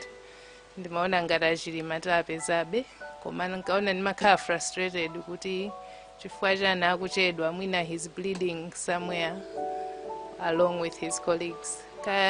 Mwina funso kundivuta kuyankha koma mmene ndingayankhire ndi choncho kuti sindikudziwa kuti yeah. Zomwe kwambiri. I think kwinako itakhala opinion koma chair my interest was kuti for the first time tadziwako kuti munthu amene anatchula kuti ndege yagwa koyamba ndi siku ilili siku lomwe la ngoziro nthawi ya mafoko loko ngakhale mangana koma ndi at least confirmation on the first same day.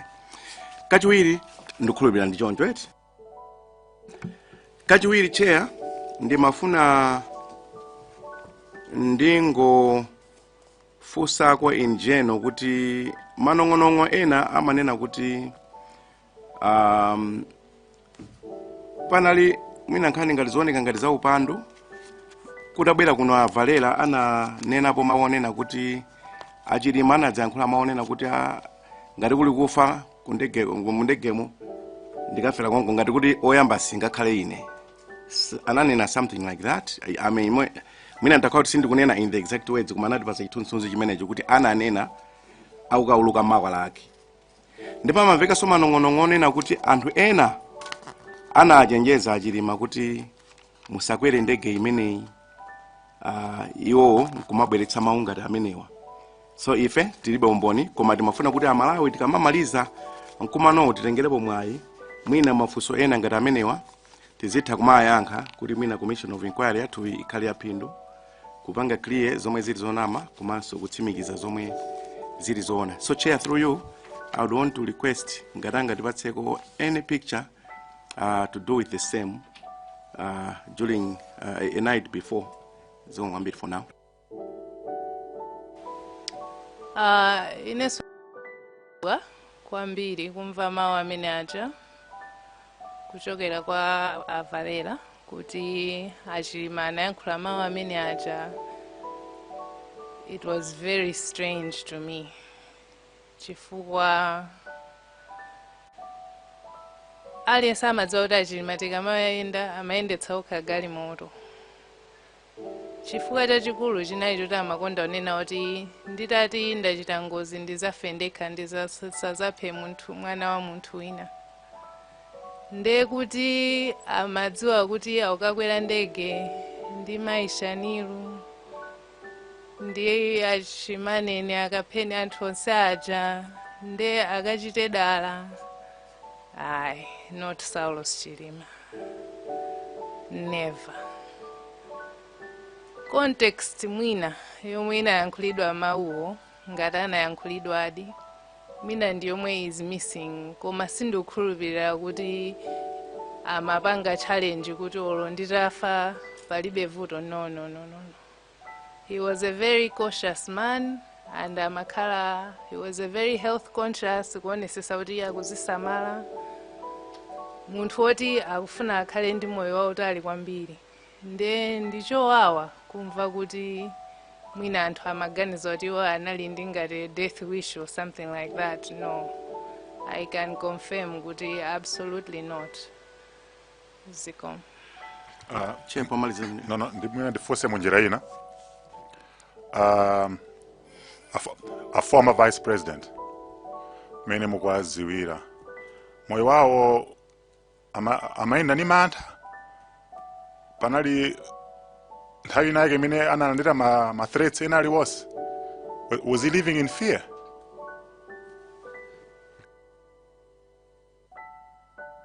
Our vice president was cautious chifukwa ndiziti amakhala atcheru nthawi zonse ndingamasulire choncho. Mbuyo mu ma attempts alipo on record. So I don't want to go into detail, we are aware of him being stoned to Palombe. Machinga, I think at some point Mangojo something in Tawaya campaign. So my attempt ena amatha kubwera anthu mwina woti akwauzwa te muzikhala osamala ndi amakhala osamala ngati ifeyo amakhala nafe very careful kuti tikati tiyende ndi kuti nthawi zonse pazikhala security, even just to go pamalo papang'ono, because amati sumaziwa bwino mitima ya anthu and not everyone is a friend. So because of the position that he was in, he had to be cautious. So he was very cautious and always careful. Chair, my very last one is just to confirm, Kuti, you've mentioned that you tried to get a picture. Kuti muna isetsa nthawi imene amakupangani brief anzathu amene anadutsa report akujema na BFU kuti ayankhe mafunso ena mapezi kuti zilibe umboni. Mwanenapo kuti chifukwa panalibe ma instruments angapo kuphatikizapo flight data recorder komanso anyway zoti zathandizire kufufuza chomwe chachititsa ngozi ngati tingayichule kuti ngozi.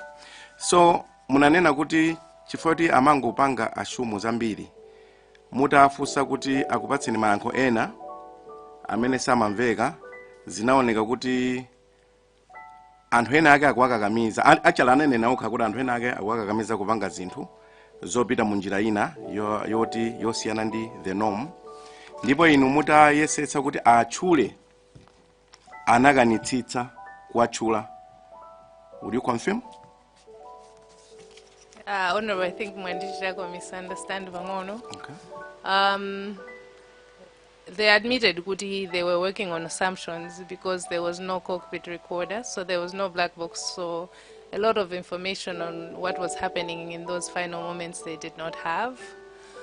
Komano amanena kuti pali information ina yomwe they had to rely on a government source.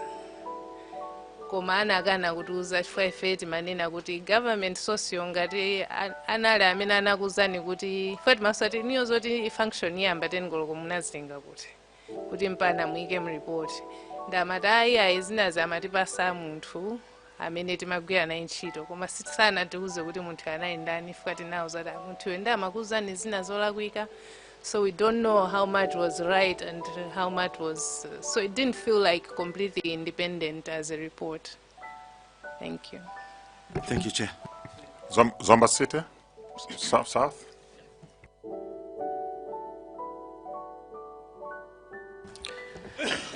Thank you so much, Chairperson. Madam Chilima and Mike Amoto. I would like also to join my friends in conveying our condolences from the people of Zomba City South. Pepani kwambiri. Ndini mafunso atatu kapena naye ndingofuna just to follow up. Ndili pa page 2 ya report yanu. I think sindowerenga paragraph yonseyo.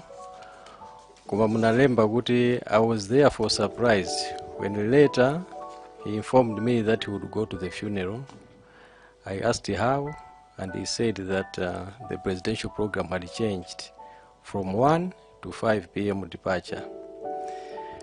Pamenepa, did he inform you where this communication came from?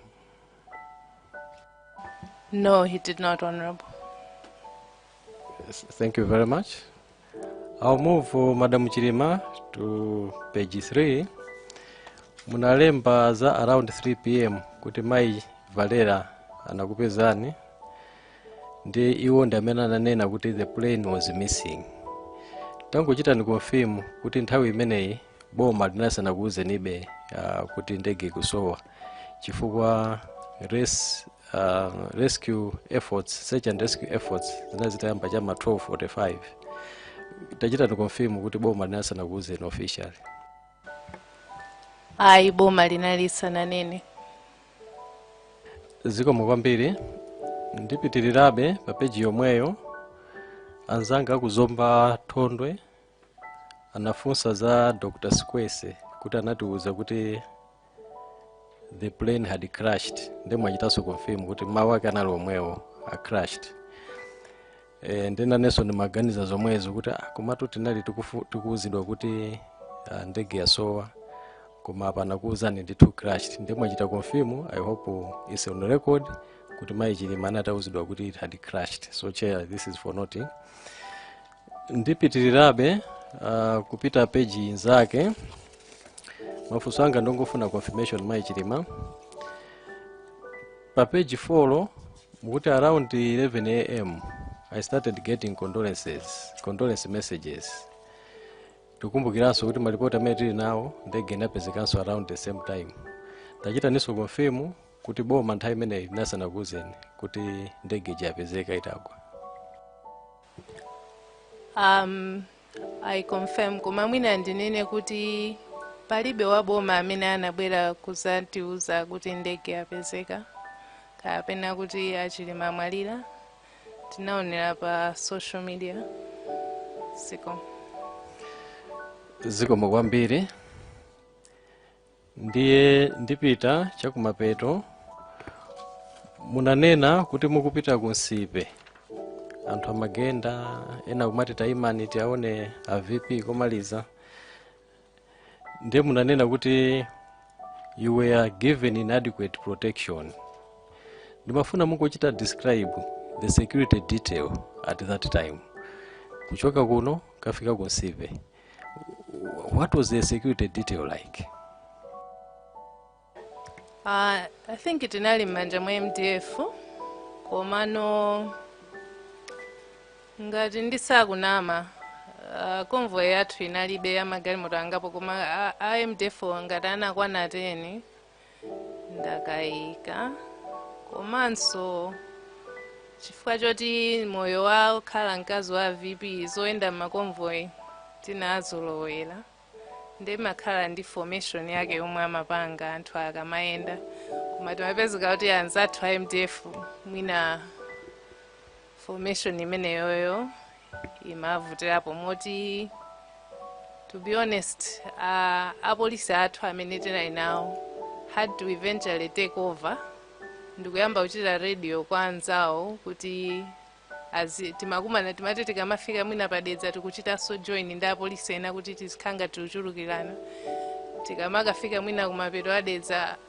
antchewa kuchita take over etc. So police had to come in because of the work of our close protection officers who now took over from it's unfortunate but it's the truth kuti the way the MDF was handling it with their small numbers and my crowd mina amakhalira tikamafika mu city center there would be hundreds and hundreds of people ose afuna agwire coffin ose afuna. So with 10 people at some point one of the MDF anadza khanga afuna kugwa and timaziwa tu yakangogwa ndekuti afera pompo apondedwa.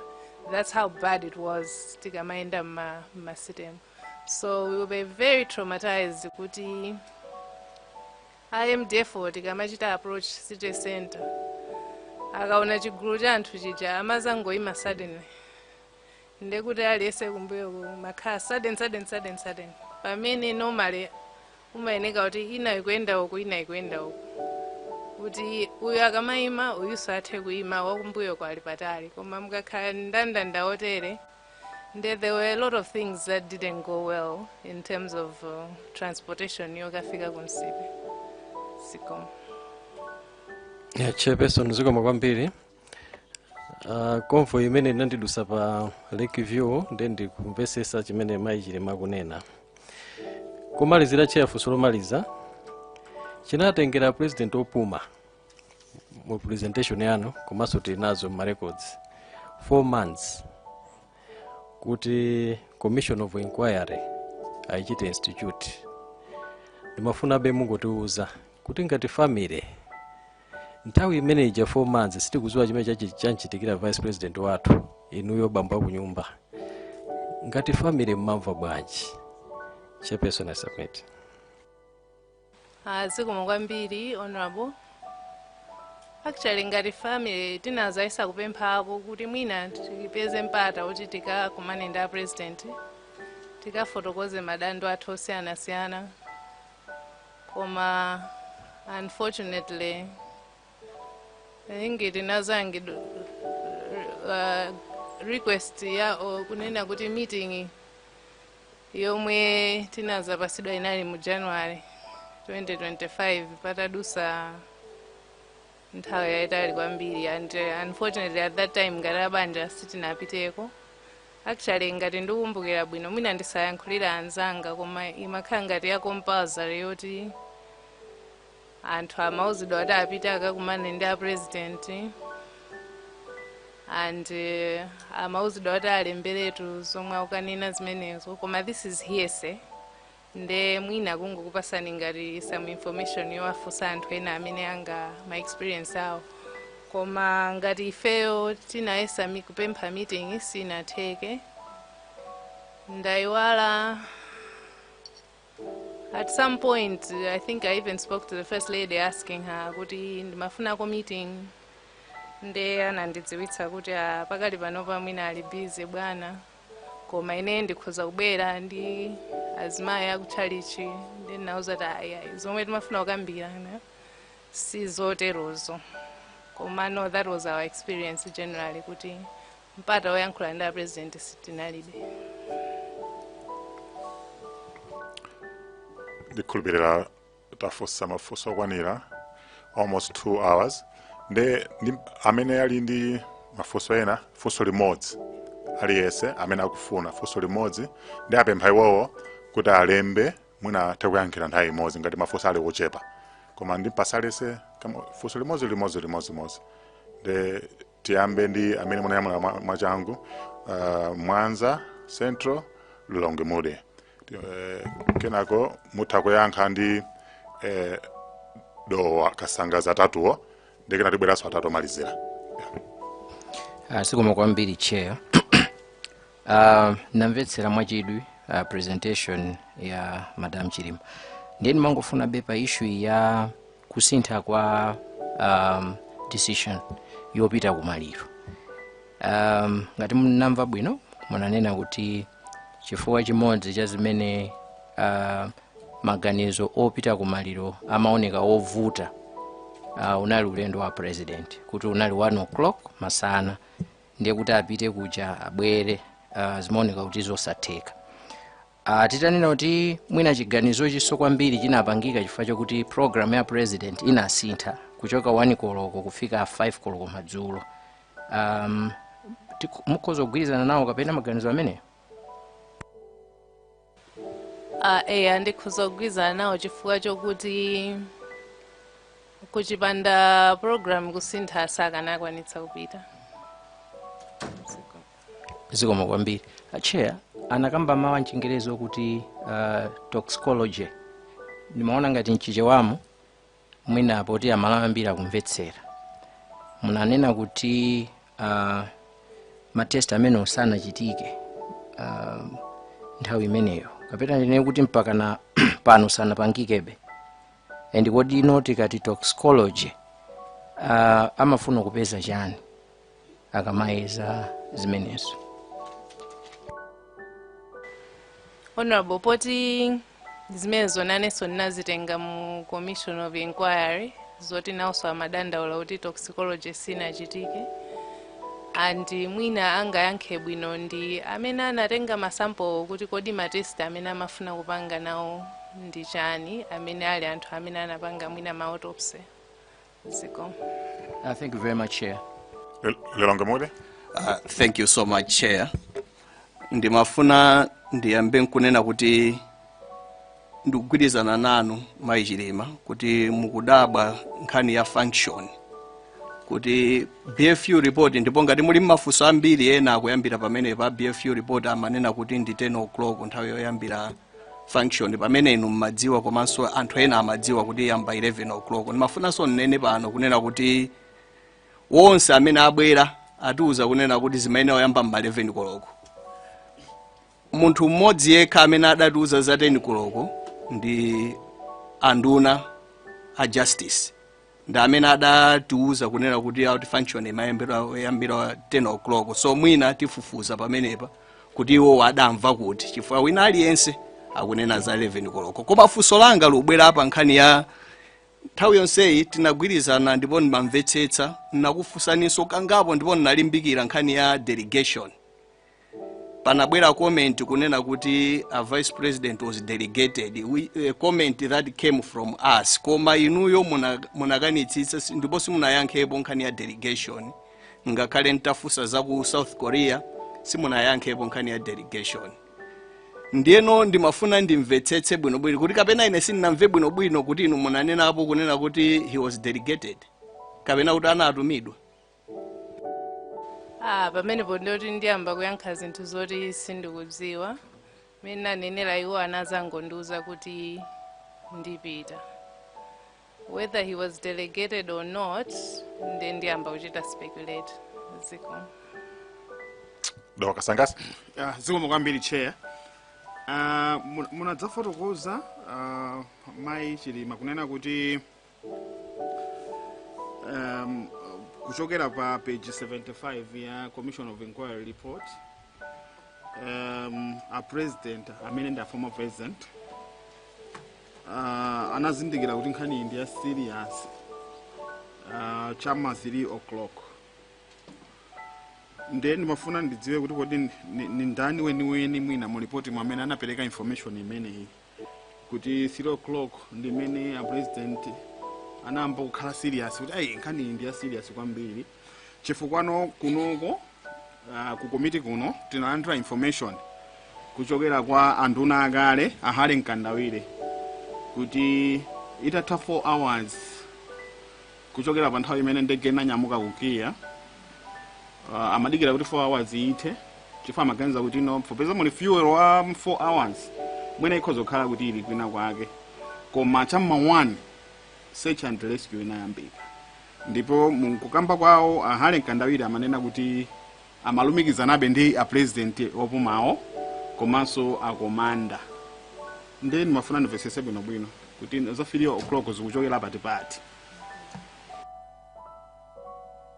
Honorable Nelson nangowerenga mu report zimenezo chifukwa alemba kuti at around 1500 hours the SPC, the MDF commander, the Inspector General of Police and the Minister of Health went to Kamuzu Palace to see His Excellency the President. It was during that meeting that His Excellency the President understood the gravity of the situation. I'm just quoting the report. Ndesi ndingaziwe kuti mwina amene analemba report onda amene anganine kuti akati understood the gravity of the situation at 3 o'clock. Amatanthauza bwanji. Mangofuna ndive clarification kuti mwina mukubvetsetsa kwanu mmene mudawerenga report yo maona ngati kuti no mmene zikunenedwa kuti a president anapanga understand gravity of the matter around 3 ndiye kuti search and rescue inayambika nthawi imeneyo kapena inayambika mwina nthawi imene amanena ahale mkandawire kuti immediately after 4 hours chamma 1 search and rescue inayambika. Ziko mkwambi honorable report ikupitiriza kuti it was during that meeting that His Excellency the President understood the gravity of the situation and immediately instructed that a more comprehensive search for the aircraft needed to be instituted. Ndekuti mwina the prior search was not comprehensive. That's my understanding. Ziko. Last questions? Nzonzi, Chair Nzonzi Vai, and then there's Agasina, Deti Mariza, Unagondi Zomba City. Ziko mukwambira chair kotipatsa mwayi anthu akuncheuzo zimvaye kuti ndi afusiko mafuso awiri Madam Chilima poyamba pepani chifukwa chakuti ayokondedwa wanu komanso the Vice President. Kumawaku mai idini anauza komiti ino kunena kuti adayitanidwa ku area 30 kuti akatenge zina kapena tunoti katundu wa anthu amene adachita ngozi ndi kumwalirawa ndipo iwo adakapatsidwa foni. Ndimangofuna ndidziwe kuti kodi nanunso munali ndi mwayi woyitanidwako, ngati mwayi udalipo akuthekerako kuti adachita likava zinthu zina za malemu Dr. Saulus Chilima kudalipo ande mudapatsidwa, ngati mudapatsidwa chani, zimene mwina kuthekera kulipo kuti mwina muthu otithandiza komiti ino kuti mwina tithe kuthandizikira mukafukufuku wathu. Zikomo kwambiri. Zikomo kwambiri honorable.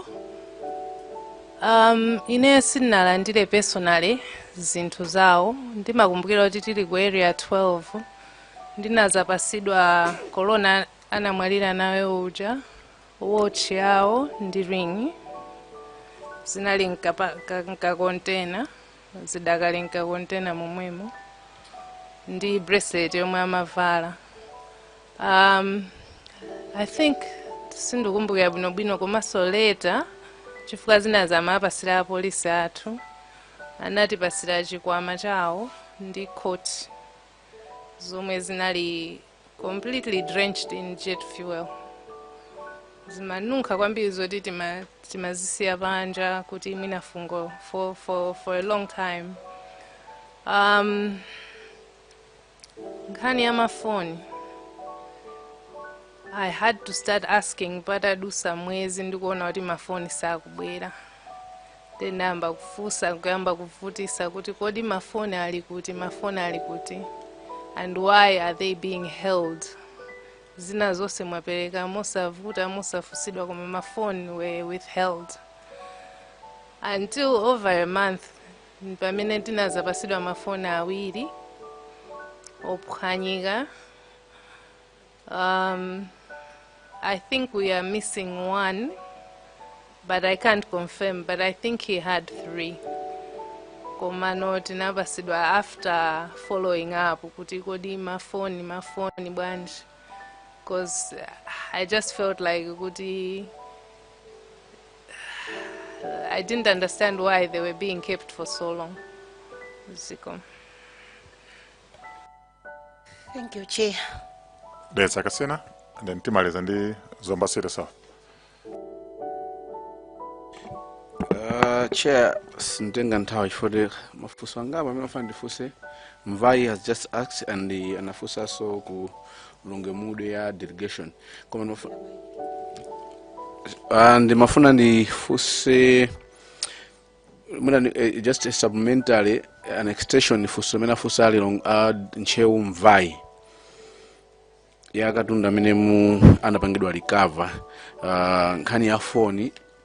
You said you think he had 3. Mganza ni mafona awi.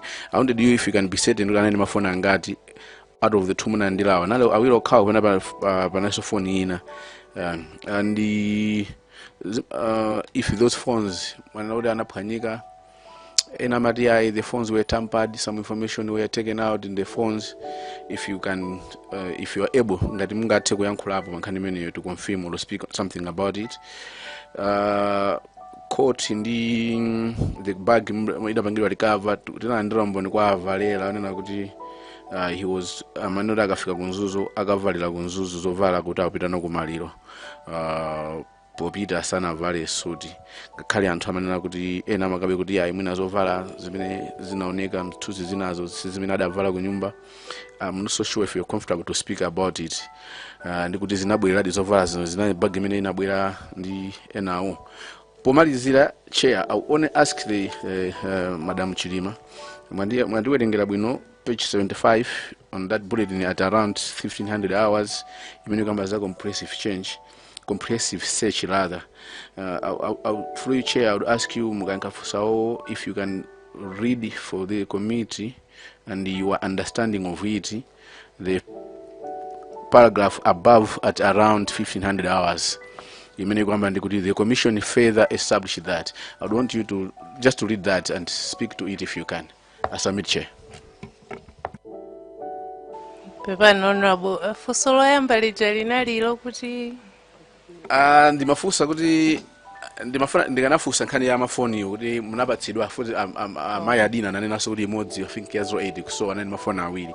So anayafusa kale chemwalanga kunchewu Mvai ndemwe anena kuti you think he had 3 phones from nalandira awiri okha ndiye mafuna mupange confirm kuti anali mafoni angati ndi kuti is it true that the phones were tampered with kuti mwina some information were extracted out of it as a seko amene ena amanenera mphekezera zina ndi nkhani ya zovala ena amati zimaoneka mapicture aja sadly ena amati sizimenezo anachotsedwa zovala koma tikumbukira avalira adanena kuti zovala zawo masuti awo adanyamula kuti akavalira ku Mzuzu Hotel zimenezo zinabwereraso zimene zinapezeka bag munalandirayo.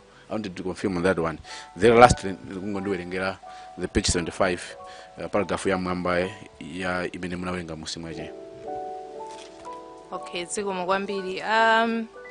Mafoni I can't confirm kuti anali awiri atatu chifukwa chokuti amasintha nde koma ine nalandira awiri and mwina ndophwanyika kwambiri kuti sindikudziwa kuti anachitidwa tamper with or not, koma kuwasunga kwa mweziko ndikumene kumandipasa nkhawa kuti akutani nawo chifukwa zina zonse anangopereka mosavuta koma mafoni okhawo mwina athauza fotokoza chifukwa zake. In terms of zovala sindinalandire zovala kupatula court yawo zoti amayenika nditero nditi sindinalandire zovala zina zilizonse ndinangolandira court and chikwama chomwe ndikunenacho ndi briefcase osati chikwama cha zovala ziko.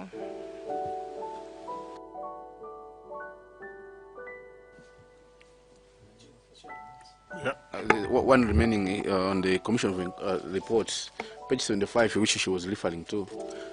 Yeah, so if you can lead for me and speak. Now we're at around 1500 hours, 4 o'clock a minute. Then mafuna munduerengere ya mambamaje before that paragraph. The Commission further established that at 12:15 hours, His Excellency the President understood the MDF commander's telephone call as an alert to the effect that the aircraft was failing to land in Mzuzu due to bad weather and may be on its way back to Kia. At this point, His Excellency the President advised the MDF commander to report back on the progress within 4 hours. No. Munawerenga sabana ina ya musio. So I wanted you to speak to it. How do you understand it? Hani ya comprehensive stage mnagamba ya this paragraph ya musio, ndi paragraph ya mwambayo. Okay. Ababa, I understand kuti 12:15 hours inde kuti IMDF commander anadziwisa president kuti ndege sinduzoti anauza chani koma anauza kuti ndege anauza zinthu zoti zinapangisa kuganiza kuti ndege kukanika kuchita land. Komanso mukumvesera ngati ndisakulakwitsa ndimamvesera testimony ya komanda opuma nthawi izi zikukhala ngati zasintha. It seems like maybe a president anadziwa ile koma I could be wrong. It's something worth checking. And muone kuti pena pake anazalemba sokuti at 11:35 ndi pamene anauzidwa nde it's very confusing kuti nthawi yeniyeni inali itiyo, but all I can take away is kuti there was no sense of urgency. Thank you. Tumalize ndi Zomba City South. Zikomo kwambiri chair. Ndimangofuna Madam Chilima kuti achite confirm kuti SKC anaziwa za anachita decide zopita kunkatabe madzulo. Tachita ni confirm madam. Madzulo hapa 9 June. Zikomo kwambiri honorable. Ineo anandiuza usiku. So I can't really know what time he decided. Zikomo.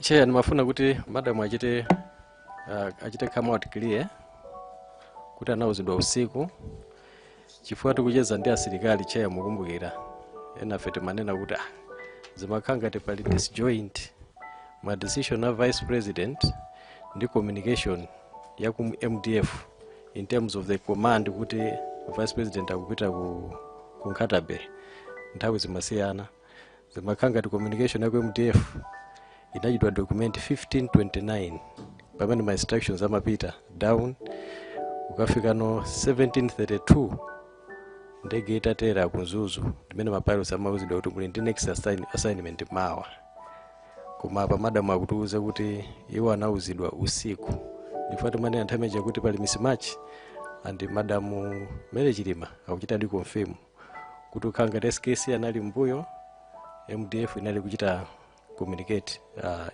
in advance before the vice president. I just wanted to say that.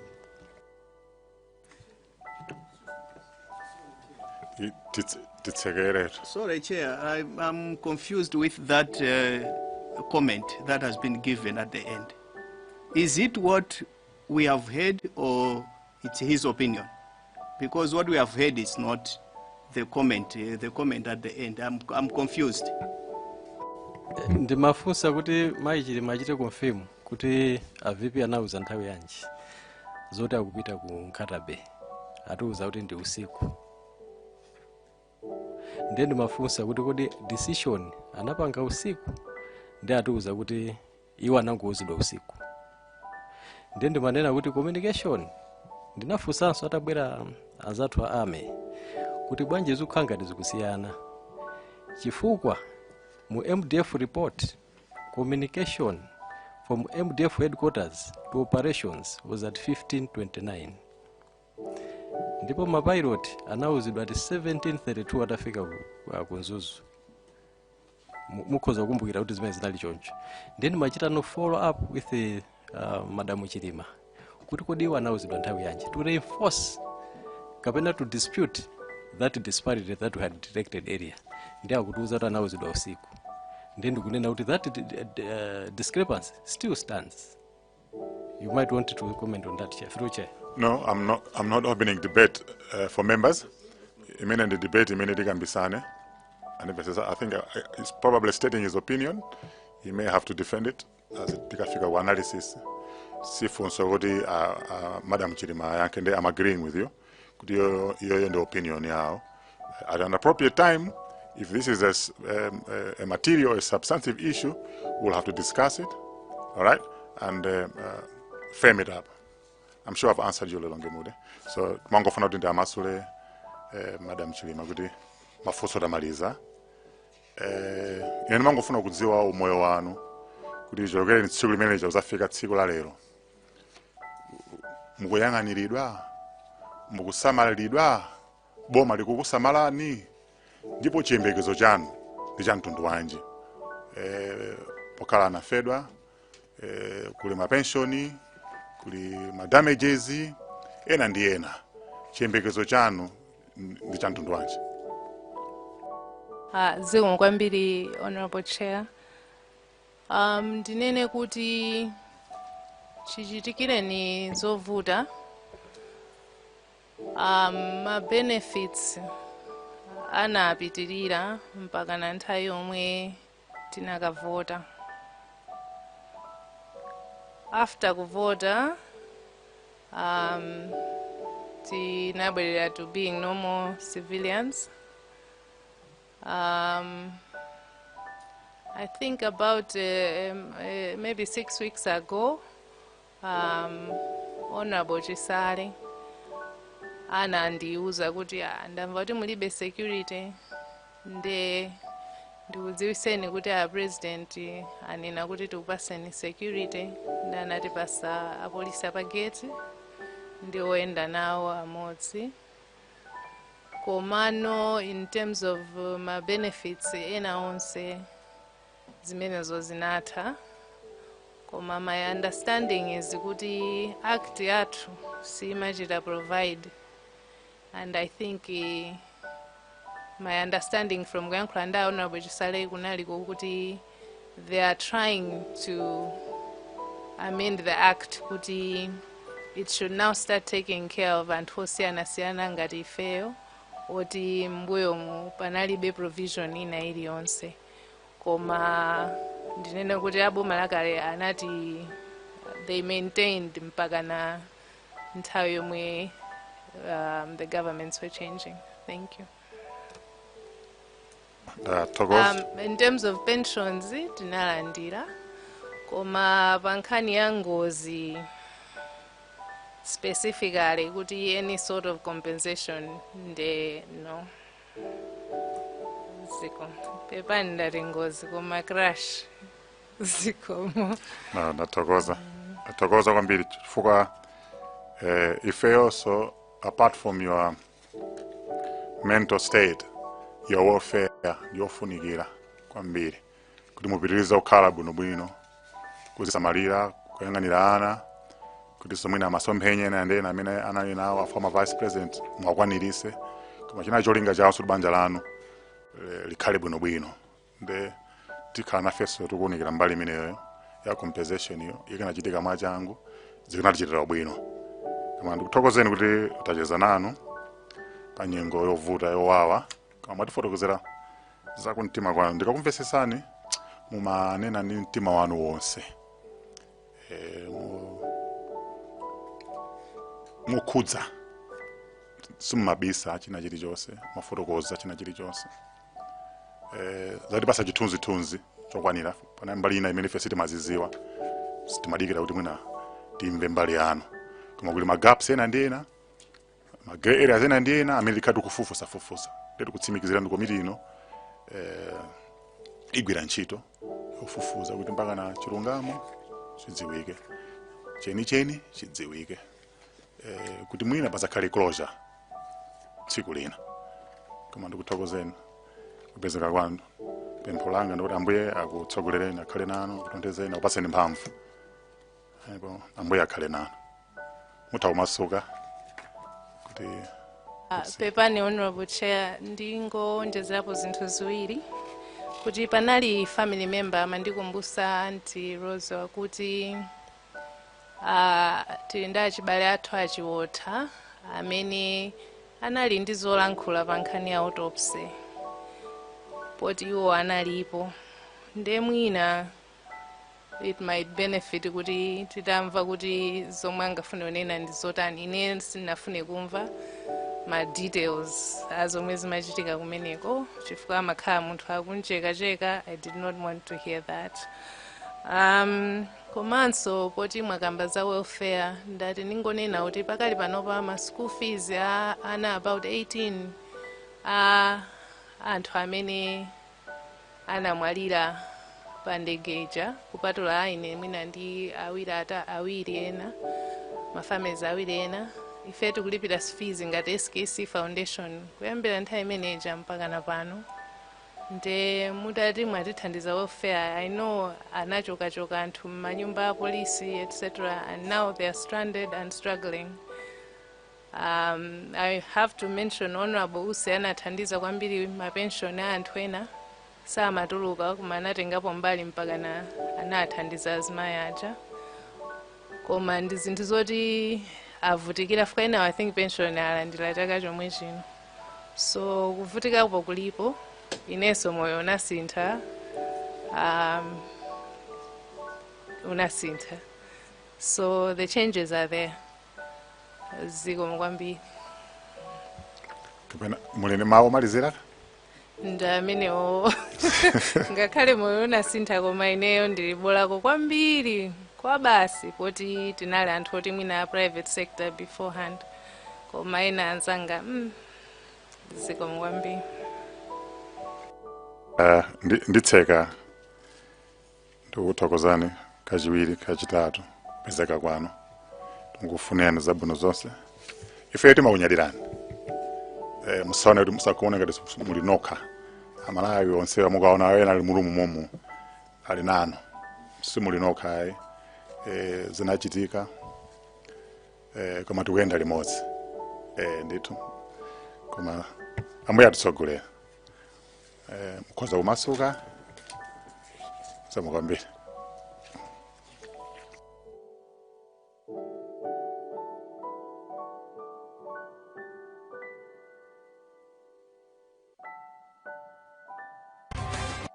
kwawo pali mfundo zikuluzikulu zokwana zinayi zimene iwowa aonesa kuti sanakhutire nazo.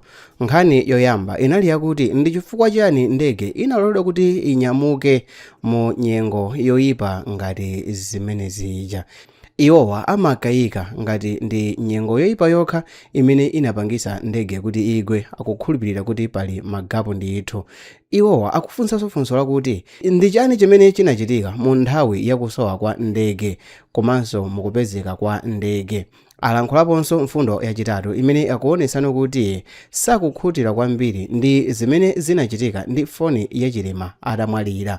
Komanso ayankhulapo momveka bwino ngati kuti iwo amakayikirabe kuti maumboni onse amene akhala akuperekedwa m'mbuyomu nthawi yoyambirira ija anali olondola. Mukuyankhula kwawo alankhula kuti iwo ali ndi mafunso ena amene mpaka napanopa sanayankhidwebe. Dzina langa ndine Samapita, ndakondwera kuti munali pamenepo kuonera programu yonseyi. It's your boy. Ndingopepesa kuti ndakupasiyani mochedwa chifukwa chakuti kwathu kuno magesi anathima.